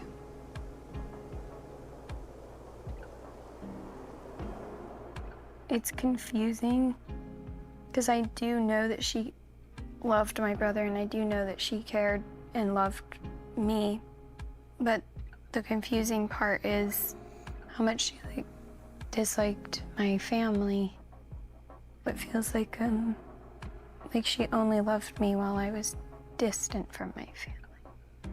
But sometimes it's just confusing and it might just stay that way forever and you just have to accept that. I'm not here to open all of that. I'm just here to maybe get peace. Sincerely wish the best for you. Yeah, I just don't think that's true. I don't really know Not why that I what felt the Olivia need to said, tell but- Mariah, like, I hope you know I really loved him. Maybe it's more for me than her. Of knowing like where I am now and how things ended up and knowing that I'm not in love with him anymore, but like when I was in it, I was in it. And the same thing for Mariah. Like I don't love her the same way anymore. I don't see her as my sister anymore, but when I was in it, I was in it. Like it had 100% of my love and my attention. Maybe I didn't have all the closure I thought I did. Maybe I needed a little piece more. Yeah. That's fair. Okay, also, the she only loved me when I was distant from my family thing. This feels like a thing that someone says when they're stuck in a shitty controlling cycle with a dysfunctional family system, right? Because in a dysfunctional family where there's a lot of enmeshment, there is the belief that if they love you, then they love all of us. And loving you, and therefore loving all of us, means never criticizing any of our behaviors, especially the leader of our dysfunctional family system, which in this case is Kim, right? That's not true. I think it's entirely possible to love a person and not love the way that they behave when they're sucked into dysfunctional family systems, and to not love the dysfunctional family around them. That's very valid. But again, when you're sucked into this dysfunctional family system, it's difficult to feel that way. There's an enmeshment that causes you to feel as though hurting my mom's feelings, for example, hurts my feelings. And so therefore you've affronted me by not agreeing to co-sign my mom's behavior regardless of what it is. You know, that again, it's just entirely possible that this is coming from a place of dysfunction rather than because Olivia did something wrong here.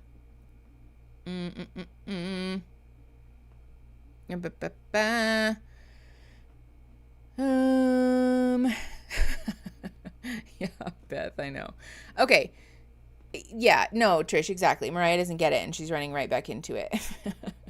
But I think, again, it makes sense. She's 21 years old and has very few experiences outside of her dysfunctional family, and also experienced, apparently, a lot of pain and trauma at the hands of shitty boyfriends outside of the family. And her family, it seems, used those opportunities to say, you see, can't you see how, like, we warned you, we told you that if you leave, bad things are going to happen. So, like, come on, go ahead, come back. We'll not rub your nose in it too much, but we told you so. This is what happens when you leave. Like, very Rumspringa kind of vibes. You know, this is shitty and mean that her family would do this to her. Okay, 39 minutes and 23 seconds. Pressing play in 3, 2, 1. To quote some words from this chick I used to know, when it comes to other people telling you who you should be, you should light all of that on fire and hope that it never rains.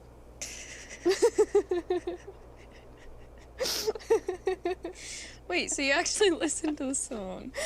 Yeah, honey, it was kind of your burn book about me. I needed to know what you were saying. That's fair. Thank I you would for listen to it listening. too. Of course. I'm nosy as fuck. Not gonna lie, I was scared. Not really Obviously. scared, I was just sus. I'm shaking. No. Do you want to climb the grain bins together for old time's sake? Grain bins? Yeah. Why would I turn that down? Yeah. Grain For old bins. time's sake. I dressed in my she's boots talking for it. I mean, for me, I didn't want to live the rest of my life never having apologized for hurting somebody. That's why I'm here.